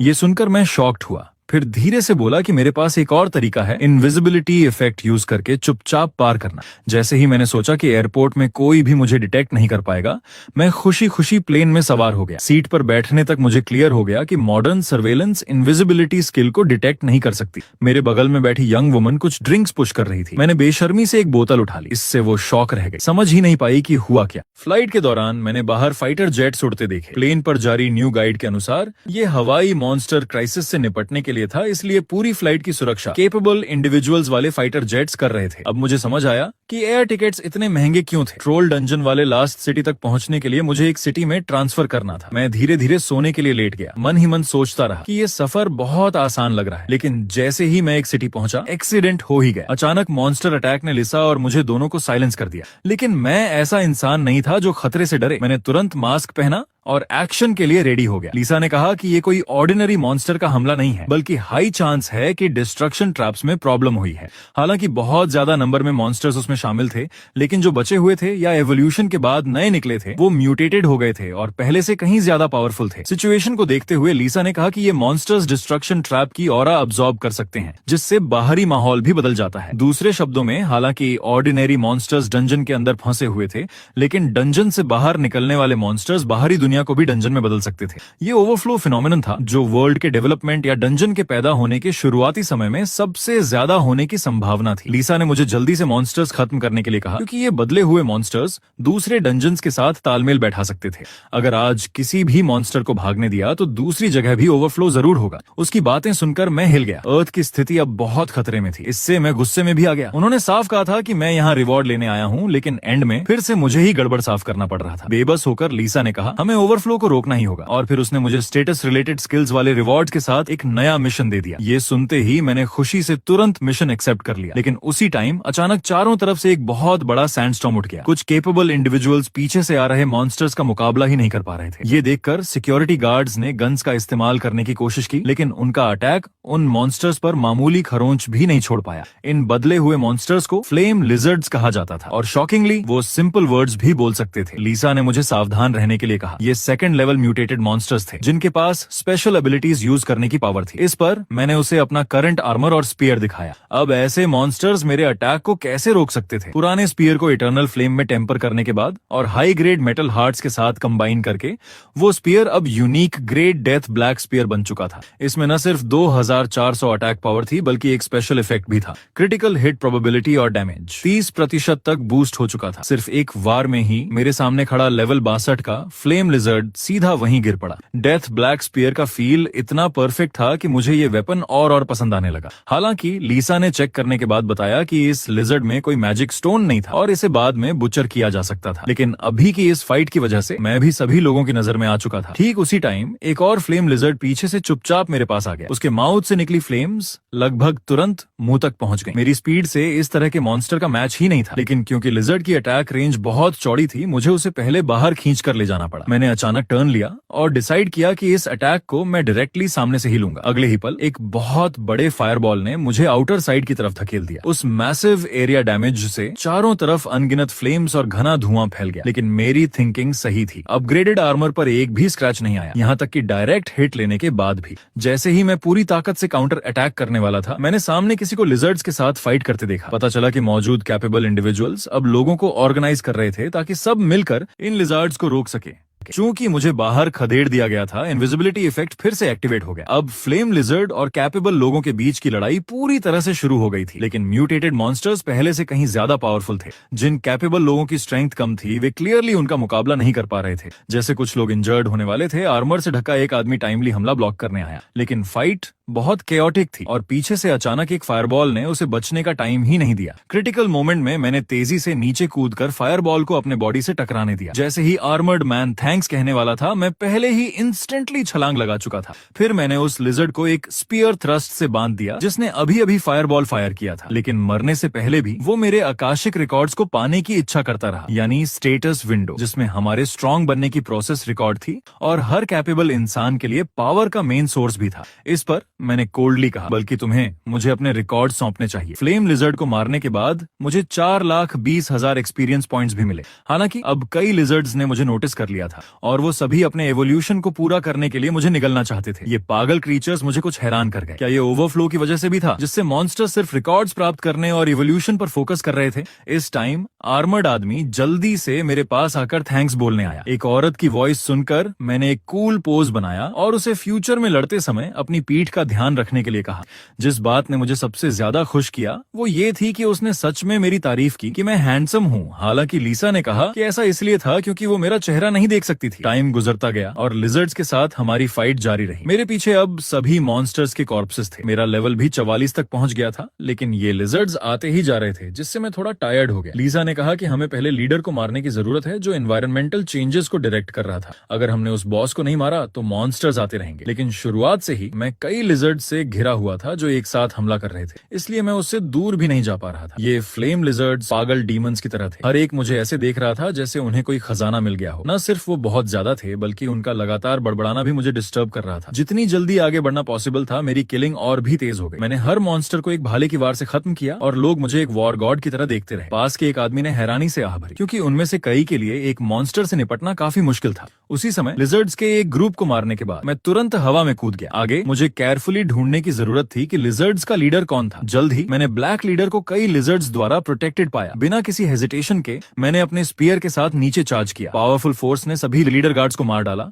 और मैं लेवल 45 तक भी पहुंच गया। लेकिन ये लेवलिंग स्पीड अभी भी लीसा को लगता था कि बहुत स्लो थी। ठीक उसी वक्त एक बड़ा स्टोन पिलर अचानक मेरी ओर टूट कर आया। सौभाग्य से पास के आदमी ने तुरंत मुझे रिमाइंड किया और ये भी बताया कि स्टोन पिलर एक्सप्लोड होगा। जिस बात ने मुझे हैरान किया वो ये था कि ये आदमी मेरी ही भाषा बोलता था। उसके एक्सप्लोजन का जिक्र सुनकर मैं बिल्कुल भी परेशान नहीं हुआ। मैं मुड़ा और फ्लेम लिजर्ड की गर्दन पकड़कर उसे जोर से बाहर फेंक दिया। जैसे ही उस आदमी ने कहा, स्टोन पिलर सच में छूने पर एक्सप्लोड हो गया। इस वायलेंट तरीके ने उस आदमी के कंपेनियन को बहुत इंटरेस्टिंग लगा। फिर कई बिल्डिंग के टुकड़े मेरी ओर हमला करने लगे। ये सारे अटैक्स सभी अभी के लीडर से आ रहे थे। टुकड़ों से मैं आसानी से बच गया तो लिजर्ड लीडर ने अपने पैर से जोर से अटैक किया। अगले ही पल अर्थ स्पाइक्स तेजी से फैल गए। वो चाहता था कि मैं बैलेंस खो दूं, लेकिन ये साफ तौर पर नामुमकिन था, क्योंकि अनइवन अर्थ स्पाइक्स पर खड़े होने के बावजूद भी मैं अपना हमला पूरा कर सकता था। हालांकि ये अर्थ स्पाइक्स भी एक्सप्लोजन्स पैदा करते थे। सीन देखकर कई लोगों ने सोचा कि मैंने गड़बड़ कर दी है। उनकी बातें सुनकर मैंने तुरंत उन्हें चुप रहने बोला, क्योंकि मैं पहले से ही इसकी तैयारी कर चुका था। अब मैंने काफी खेल लिया था और सब कुछ खत्म करने का समय आ गया था। आगे मेरे नए हथियार की बारी थी। मेटल हार्ट्स द्वारा एनहांस्ड स्लिंगशॉट गन एक यूनिक ग्रेड बर्जरकर इम्पैक्ट कोन बन गई थी। इसकी 4 सेटिंग्स थीं, जिनमें हाईएस्ट 4500 अटैक पॉइंट्स ऐड कर सकता था। इम्प्रूव्ड होने के बाद इसके कई नुकसान कम हो गए थे। जैसे ही इम्पैक्ट ने कोन लीडर को छुआ, मैंने तुरंत पावर को लेवल 4 पर बदल दिया। ये स्ट्राइक बहुत ज्यादा पावरफुल था। लिजर्ड लीडर की कठोर चमड़ी वाला कवच इस टेरिफाइंग पेनिट्रेटिंग पावर पावर को सहन नहीं कर पाया। इसके अलावा इस वार ने एक क्रिटिकल हिट भी दी और लिजर्ड लीडर तुरंत ही बीटन हो गया जब तक उसका पूरा शरीर खून से लथपथ नहीं हो गया। क्रिटिकल हिट से आई क्राइसिस को महसूस करते हुए बाकी फ्लेम लिजर्ड्स बचाव के लिए आना चाहती थीं, लेकिन उन्हें बाकी केपेबल लोगों ने रोक दिया। हालांकि वो लोग सिर्फ कुछ सेकंड तक ही उन्हें रोक पाए। जब मॉन्स्टर्स ने हमला जारी रखना चाहा तो उनका सामना एक चौड़ी और भारी तलवार से हुआ। ये एक ब्लैक लॉन्ग सोर्ड थी जिसे प्योर मेटल हार्ट्स और कई हाई ग्रेड मटेरियल्स से इटर्नल फ्लेम टेम्परिक के जरिए फोर्ज किया गया था। जैसे ही मैं उस तलवार की डोमिनेटिंग प्रेजेंस से खुश हो रहा था, पीछे से लिजर्ड लीडर बोला। उसने फिर वही बात दोहराई कि वो मेरे रिकॉर्ड्स चाहता है और ताकतवर ह्यूमंस को निगलना चाहता है। फिर उसने एक चीख निकाली और मैं अभी पलटकर उसे मारने ही वाला था कि उसने अचानक अपना स्किल एक्टिवेट किया। तभी जमीन से ढेर सारे पत्थर उठने लगे और आखिर में एक ऊंचा स्टोन माउंटेन बन गया। वहां मौजूद सब लोग हैरान रह गए क्योंकि उस लिजर्ड लीडर ने पूरा बैटलफील्ड उड़ाने की प्लान बना ली थी। अनगिनत पत्थर दरारों के साथ टूटकर नीचे गिरने लगे, लेकिन वो लीडर बहुत जल्दी खुश हो गया था। वो अब भी सोच रहा था कि इंसानों को बदलकर दुनिया में सबसे ज्यादा पावरफुल हो जाएगा। लेकिन अफसोस, अपनी बात पूरी करने से पहले ही मेरी मैसिव सोर्ड उसके ऊपर गिर चुकी थी। उसकी इमेजिनेशन के बारे में मैंने ठंडी आवाज में बस इतना कहा, सपने देखना बंद कर छिपकली की औलाद। उस लीडर को मारने के बाद आसपास का एनवायरनमेंट धीरे धीरे बदलने लगा, लेकिन उसने ज्यादा एक्सपीरियंस पॉइंट्स नहीं दिए। लिसा ने बताया कि म्यूटेटेड मॉन्स्टर्स उतने ही लेवल पर बस मजबूत होते हैं,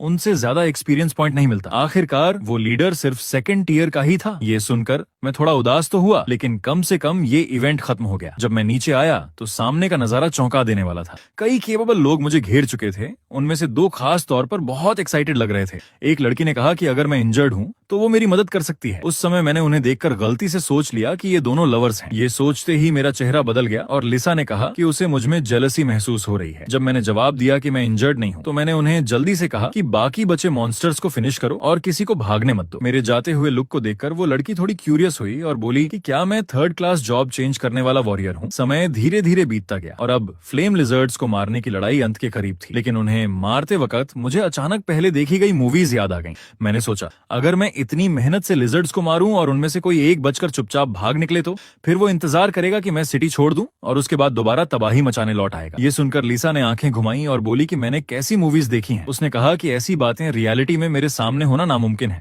फिर उसने मुझे लिजर्ड्स के हाइडआउट्स की ओर आगे बढ़ाया। आखिरी बची हुई लिजर्ड्स को मारने के बाद मैंने लगभग सबको खत्म कर दिया। जैसे ही मैं उनका लूट अपने बैग में भर रहा था, लिसा ने कहा कि भले ही ये एक स्पेशल स्टोरेज बैग है, लेकिन इसमें इतना सब भरना ठीक नहीं। शुरू में मैंने बात पर ध्यान नहीं दिया क्योंकि मेरी स्ट्रेंथ काफी थी, लेकिन थोड़ी ही देर बाद मेरा शरीर लड़खड़ाने लगा और मैं भारी बोझ से जमीन पर दब गया। बैग जो मॉन्स्टर्स के कॉर्प्सेस से भरा था सचमुच बहुत हैवी था। तब मैंने लिसा से कहा कि वो इस बैग में कुछ वेट रिडक्शन का स्पेल डाल दे। मैंने पहले बैग को जमीन पर फेंक दिया और फिर इस मिशन की कंफर्मेशन की। इसके बाद लिसा ने मंत्र पढ़ना शुरू किया और जादू का निशाना मेरा बैग पर बन गया। कुछ देर बाद लिसा ने दो और एंजल्स को बुलाया। वो चाहती थी कि उसके साथी भी डिवाइन आर्ट चलाने में मदद करें। बैग को जमीन पर दबा हुआ देखकर दोनों एंजल्स ने तुरंत लिसा का मतलब समझ लिया। फिर तीनों ने मिलकर बैग पर डिवाइन पावर डालनी शुरू कर दी। जल्द ही मेरा बैग पंख की तरह हल्का उड़ने लगा। लिसा ने मुझे बताया कि अब मैं बैग का वेट अपनी इच्छा से डिसाइड कर सकता हूँ, चाहे इसमें कई टन सामान डाल दूं, लेकिन मैं इसे सिर्फ कुछ ग्राम का वेट कर सकता हूँ। तभी पास खड़ी ग्रीन हेयर फेरी मुस्कुराई।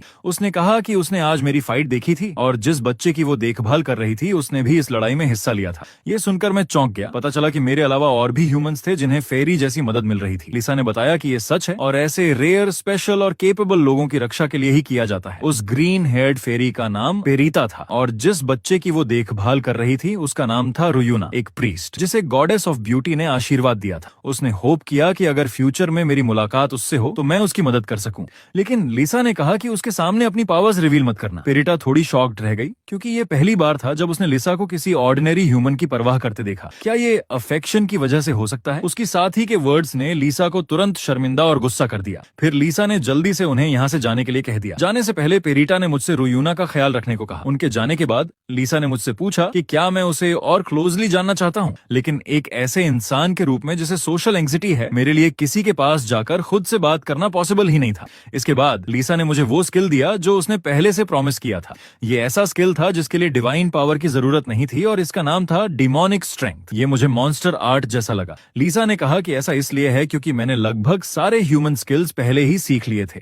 लिजर्ड्स को खत्म करने के बाद मैं यहाँ से जाने के लिए प्लेन पर चढ़ गया। मुझे उम्मीद नहीं थी कि वो दोनों भी उसी फ्लाइट में होंगी। वो मेरा फॉर्म नहीं देख पा रही थी और बोली, पेरीता ने साफ कहा था कि वो आदमी भी इस फ्लाइट पर होगा। और नेचुरली मैंने इनविजिबिलिटी का यूज करके चुपचाप पीछे रहकर उनकी बातें सुनना शुरू कर दिया। लेकिन किसी रीजन से जब मेरी उनसे मुलाकात हुई मुझे एक बुरी अनहोनी का एहसास हुआ। एंड सिटी पहुंचने के बाद मैंने तुरंत उस डंजन का पता लगाया जहां ट्रोल्स मौजूद थे और एंट्री की तैयारी की, लेकिन सामने का डंजन थोड़ा अजीब लग रहा था। आने से पहले लीसा ने सुना था कि ये बस एक नॉर्मल ट्रोल डंजन है, लेकिन जांच के बाद लीसा ने तुरंत समझ लिया कि क्या हुआ था। असल में ये दो डंजन्स का एक रेयर फ्यूजन था, इसी वजह से इसका गेट इतना बड़ा हो गया था। उसने मुझे बहुत सावधान रहने की वार्निंग दी क्योंकि इस डंजन में ट्रोल्स के अलावा और भी मॉन्स्टर्स हो सकते थे। लीसा की बात सुनकर मैं थोड़ा कंफ्यूज था। तब उसने साफ कहा कि आगे के डंजन में 2 बॉसेस होंगे जिनसे निपटना होगा। अंदर जाने पर यह डंजन एक रेयर पहाड़ी इलाका निकला और जल्द ही मैंने एक ट्रोल देखा, लेकिन ये वैसा नहीं था जैसा मैंने इमेजिन किया था। वो ट्रोल अचानक उबासी लेते ही सीधे सो गया। ये देखकर मैं स्टंड रह गया। उसे लेटने और सोने में सिर्फ कुछ सेकंड्स लगे। लीसा ने कहा, अधिकतर ट्रोल्स के पास रेस्टिंग स्किल होती है, इसलिए वो रेस्ट डेवलपमेंट के लिए जरूरी रिसोर्स बनते हैं। मैंने मन ही मन कहा, मुझे तो ऐसे स्टूपिड मॉन्स्टर्स बहुत पसंद हैं। धीरे धीरे पास जाकर मैंने तुरंत ट्रोल की लाइफ खत्म कर दी।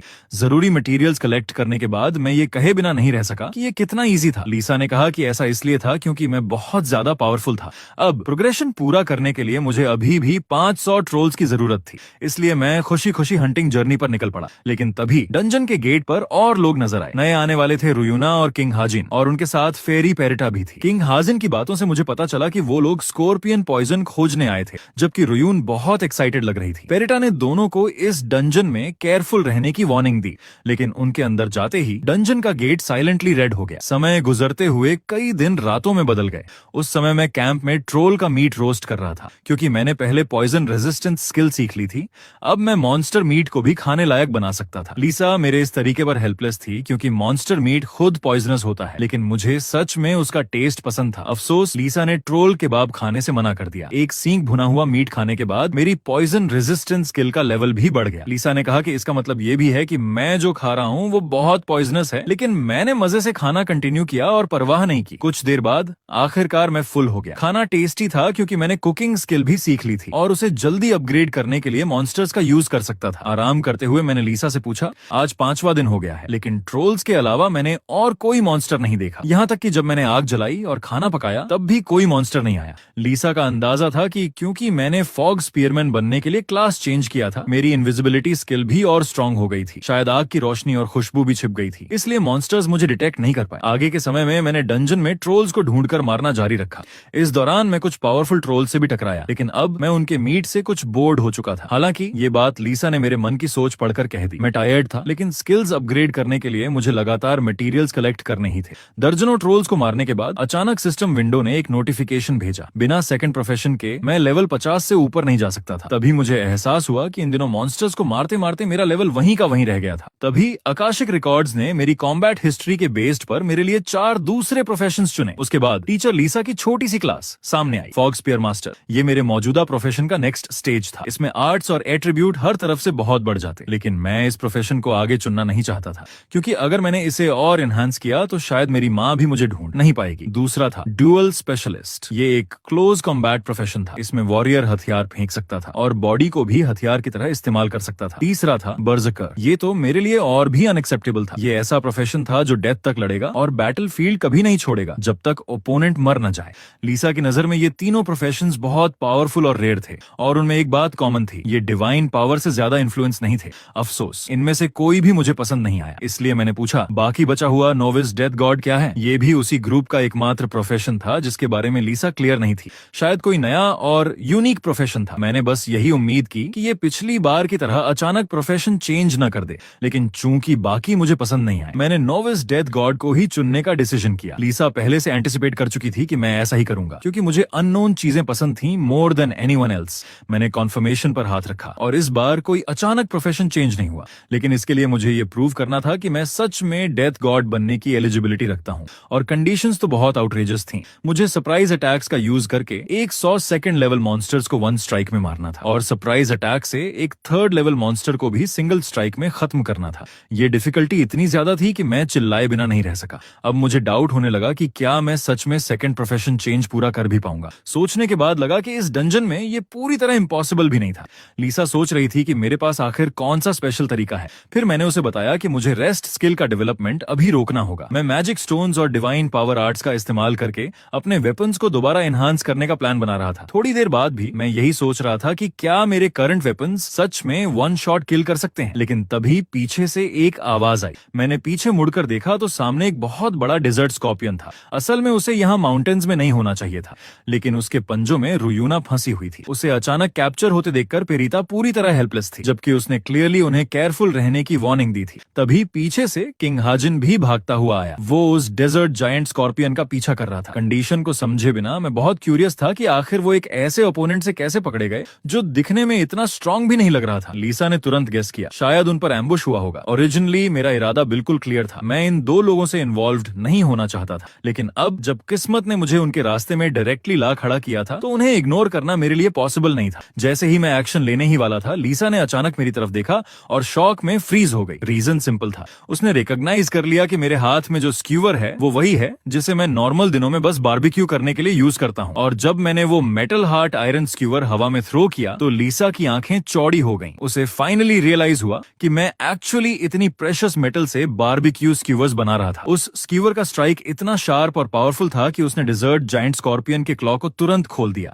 मैंने इंस्टेंटली मूव किया और रूना को पकड़ लिया, लेकिन अगले ही पल बिना हेजिटेशन के मैंने उसे बाहर की ओर फेंक दिया ताकि वो सेफ रहे। उसी समय किंग हाजिन, जिसने अभी तक रिएक्ट भी नहीं किया था, एक जोरदार अटैक से सीधे नॉक डाउन हो गया। मैंने तुरंत अपना बैकपैक खोला और एक और आयरन स्क्यूवर निकाला। फिर बिना टाइम वेस्ट किए मैं फुल स्पीड से डेजर्ट जायंट स्कॉर्पियन की तरफ चार्ज कर गया। उसके क्लोज पहुंचते ही मैंने स्क्यूवर को अपनी पूरी ताकत से थ्रो किया। अगले ही पल वो स्क्यूवर डेजर्ट जायंट स्कॉर्पियन के बॉडी को सीधे आर पार कर गया। बिना किसी रेजिस्टेंस के वो जायंट इंस्टेंटली गिर पड़ा। रीजन सिंपल था, इस बार मैंने क्रिटिकल हिट लैंड किया था। मेरी क्रिटिकल हिट स्किल लेवल 9 तक पहुंच चुकी थी और उसी की वजह से ये इंस्टेंट किल पॉसिबल हुआ। सिस्टम विंडो की डिंग साउंड सुनते ही मुझे पता चला कि ये स्कॉर्पियन एक्चुअली बहुत हाई लेवल का था। लीसा ने कामली समझाया, इसका लेवल इतना हाई इसलिए था क्योंकि इसका मेन अटैक पॉइजन है, बाकी एस्पेक्ट्स में ये कंपैरेटिवली वीक होता है। मैं पहले से ही ट्रोल मीट खाकर बोर्ड हो चुका था, इसलिए जब मैंने स्कॉर्पियन का बड़ा सा कॉर्प्स देखा तो मेरे दिमाग में फर्स्ट थॉट आया, इसे भी क्यों ना बारबेक्यू कर लिया जाए। दूसरी ओर रूना सेफ थी, लेकिन थोड़ी हिली हुई लग रही थी। वहीं किंग हाजिन अब भी बेहोश पड़ा था। जैसे ही रूना ने मेरी तरफ देखा, उसने रियलाइज किया कि उसे बचाने वाला मैं हूँ, लेकिन उसके लिप्स से निकला पहला शब्द था द डार्क नाइट ऑफ दो सिटी। मैं इस सडन नए टाइटल पर थोड़ी देर के लिए फ्रीज सा हो गया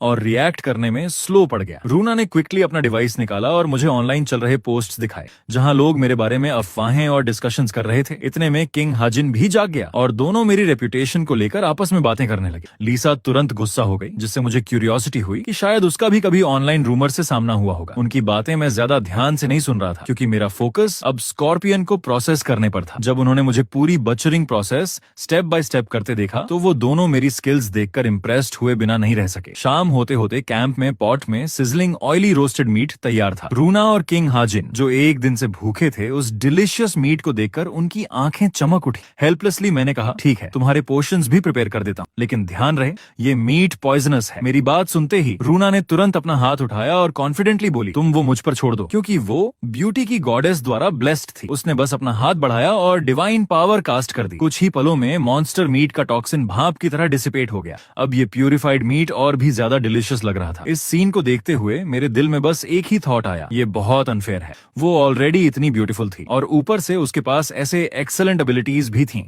लिसा ने भी खुलकर एक्सप्रेस किया कि रूना सच में ब्यूटी की गॉडेस द्वारा ब्लेस्ड थी। उसकी पवित्र शक्ति देखकर वो खुद भी सरप्राइज्ड रह गई। यही थी मेरी उनके साथ खाने की पूरी जर्नी। पेट भरने के बाद रूना और किंग हाजिन दोनों ने सिंसियरली मेरा थैंक्स किया, लेकिन जब उन्होंने देखा कि मैं साइलेंटली अकेले आयरन स्क्यूवर्स क्लीन कर रहा हूं, तो रूना ने तुरंत मुझे अपनी टीम में ज्वाइन करने के लिए इनवाइट कर दिया। लेकिन जैसे ही उसने ये कहा, मैंने तुरंत उसे मना कर दिया। उसके फेस पर थोड़ी शॉक और कंफ्यूजन साफ झलक रही थी। सच कहूं तो वो बहुत खूबसूरत थी और उसके लिए किसी का इस तरह सीधे मना कर देना बहुत अजीब बात थी। किंग हाजिन ने काल्म काल्म टोन में कहा वो डिजर्व करती थी। उनकी ये कॉन्वर्सेशन सुनकर मैं थोड़ी देर के लिए सरप्राइज्ड रह गया। मुझे लगा था ये दोनों कपल होंगे, लेकिन वो बिल्कुल भी वैसे नहीं लग रहे थे। जाते जाते किंग हाजिन मेरे पास आया और मुझे एक बिजनेस कार्ड दिया। वो बहुत ग्रेटफुल था कि मैंने रूना को बचाया, और उसने कहा कि बाहर निकलने के बाद मुझे उससे कांटेक्ट करना चाहिए ताकि वो मुझे पेमेंट दे सके। जब मैंने कार्ड को देखा तो तुरंत रियलाइज हुआ कि ये वही था जो पहले एम्प्रेस ने मुझे दिया था। क्या ये लोग भी उसी ऑर्गेनाइजेशन से बिलोंग करते थे? रूना ने भी अपना कार्ड मुझे दिया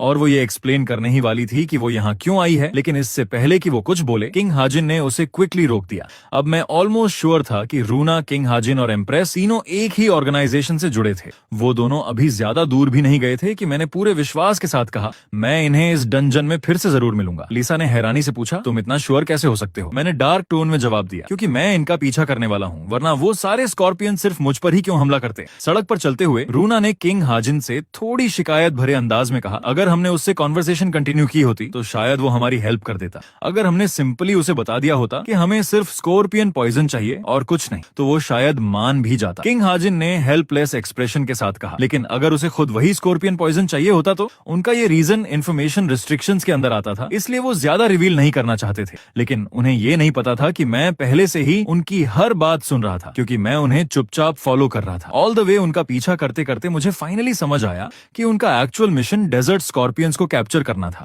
लेकिन लिसा ने हमेशा कहा था कि ये डंजन ओरिजिनली ट्रोल्स का था। ये सुनकर लिसा थोड़ी एम्बेरेस्ड हो गई। शायद उसे खुद भी पूरा पता नहीं था और वो हमेशा यही सोचती रही कि यहाँ सिर्फ ट्रोल्स ही होते हैं। ये इनकंसिस्टेंसी मेरे लिए और भी शक पैदा कर रही थी। मुझे लग रहा था कि इस डंजन में और भी बहुत कुछ छिपा हुआ है, लेकिन तभी लिसा ने जल्दी से मुझे चुप करा दिया। जहां तक पीछे अचानक अपीयर हुए जायंट स्कॉर्पियन की बात है, मैंने आराम से बातें करते करते ही उसे मार डाला।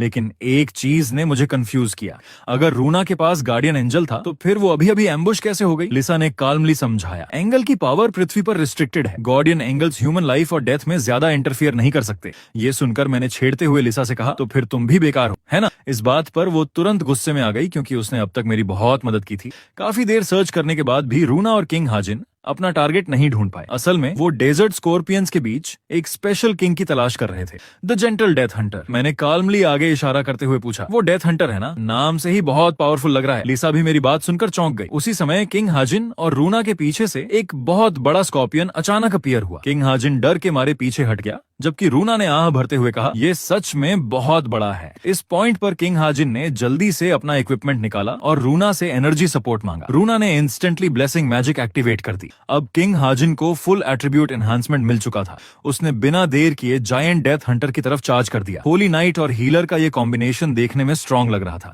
ओरिजिनली लिसा ने भी यही सोचा कि उन्हें हमारी हेल्प की जरूरत नहीं पड़ेगी, लेकिन हालात अचानक बदल गए। रूना के पीछे से एक और पावरफुल ट्रोल अपीयर हो गया। उसके भारी कदमों की आवाज सुनकर रूना ने पीछे मुड़कर देखा और सदमे में जम गई। वो जानती थी कि दोनों मॉन्स्टर्स का सामना एक साथ करना पॉसिबल नहीं था, इसलिए उसने तुरंत किंग हाजिन को भाग निकलने की याद दिलाई। लेकिन जैसे ही ट्रोल ने उनका पीछा किया, मेरे लिए ये परफेक्ट सरप्राइज अटैक का मौका था। मैंने अपनी जस्ट इंप्रूव्ड इम्पैक्ट कोन टेक्निक का इस्तेमाल किया। इसकी किलिंग पावर पहले से बहुत ज्यादा बढ़ चुकी थी। अटैक परफेक्टली लैंडेड हुआ और ट्रोल का दिल सीधे पियर्स्ड हो गया। उसके गिरने से जमीन हिल उठी। किंग हाजिन ऑलरेडी मेरी इस ट्रेमेंडस पावर से डर चुका था। जैसे ही मैं ट्रोल पर लैंड हुआ, मैंने कंफर्म किया कि इम्पैक्ट कोन में एक बड़ा ड्रॉबैक है। एक बार इस्तेमाल के बाद ये टूट गया। लिसा ने एक्सप्लेन किया कि ये इसलिए हुआ क्योंकि मैंने इसकी ड्यूरेबिलिटी को पूरी तरह नजरअंदाज कर दिया था।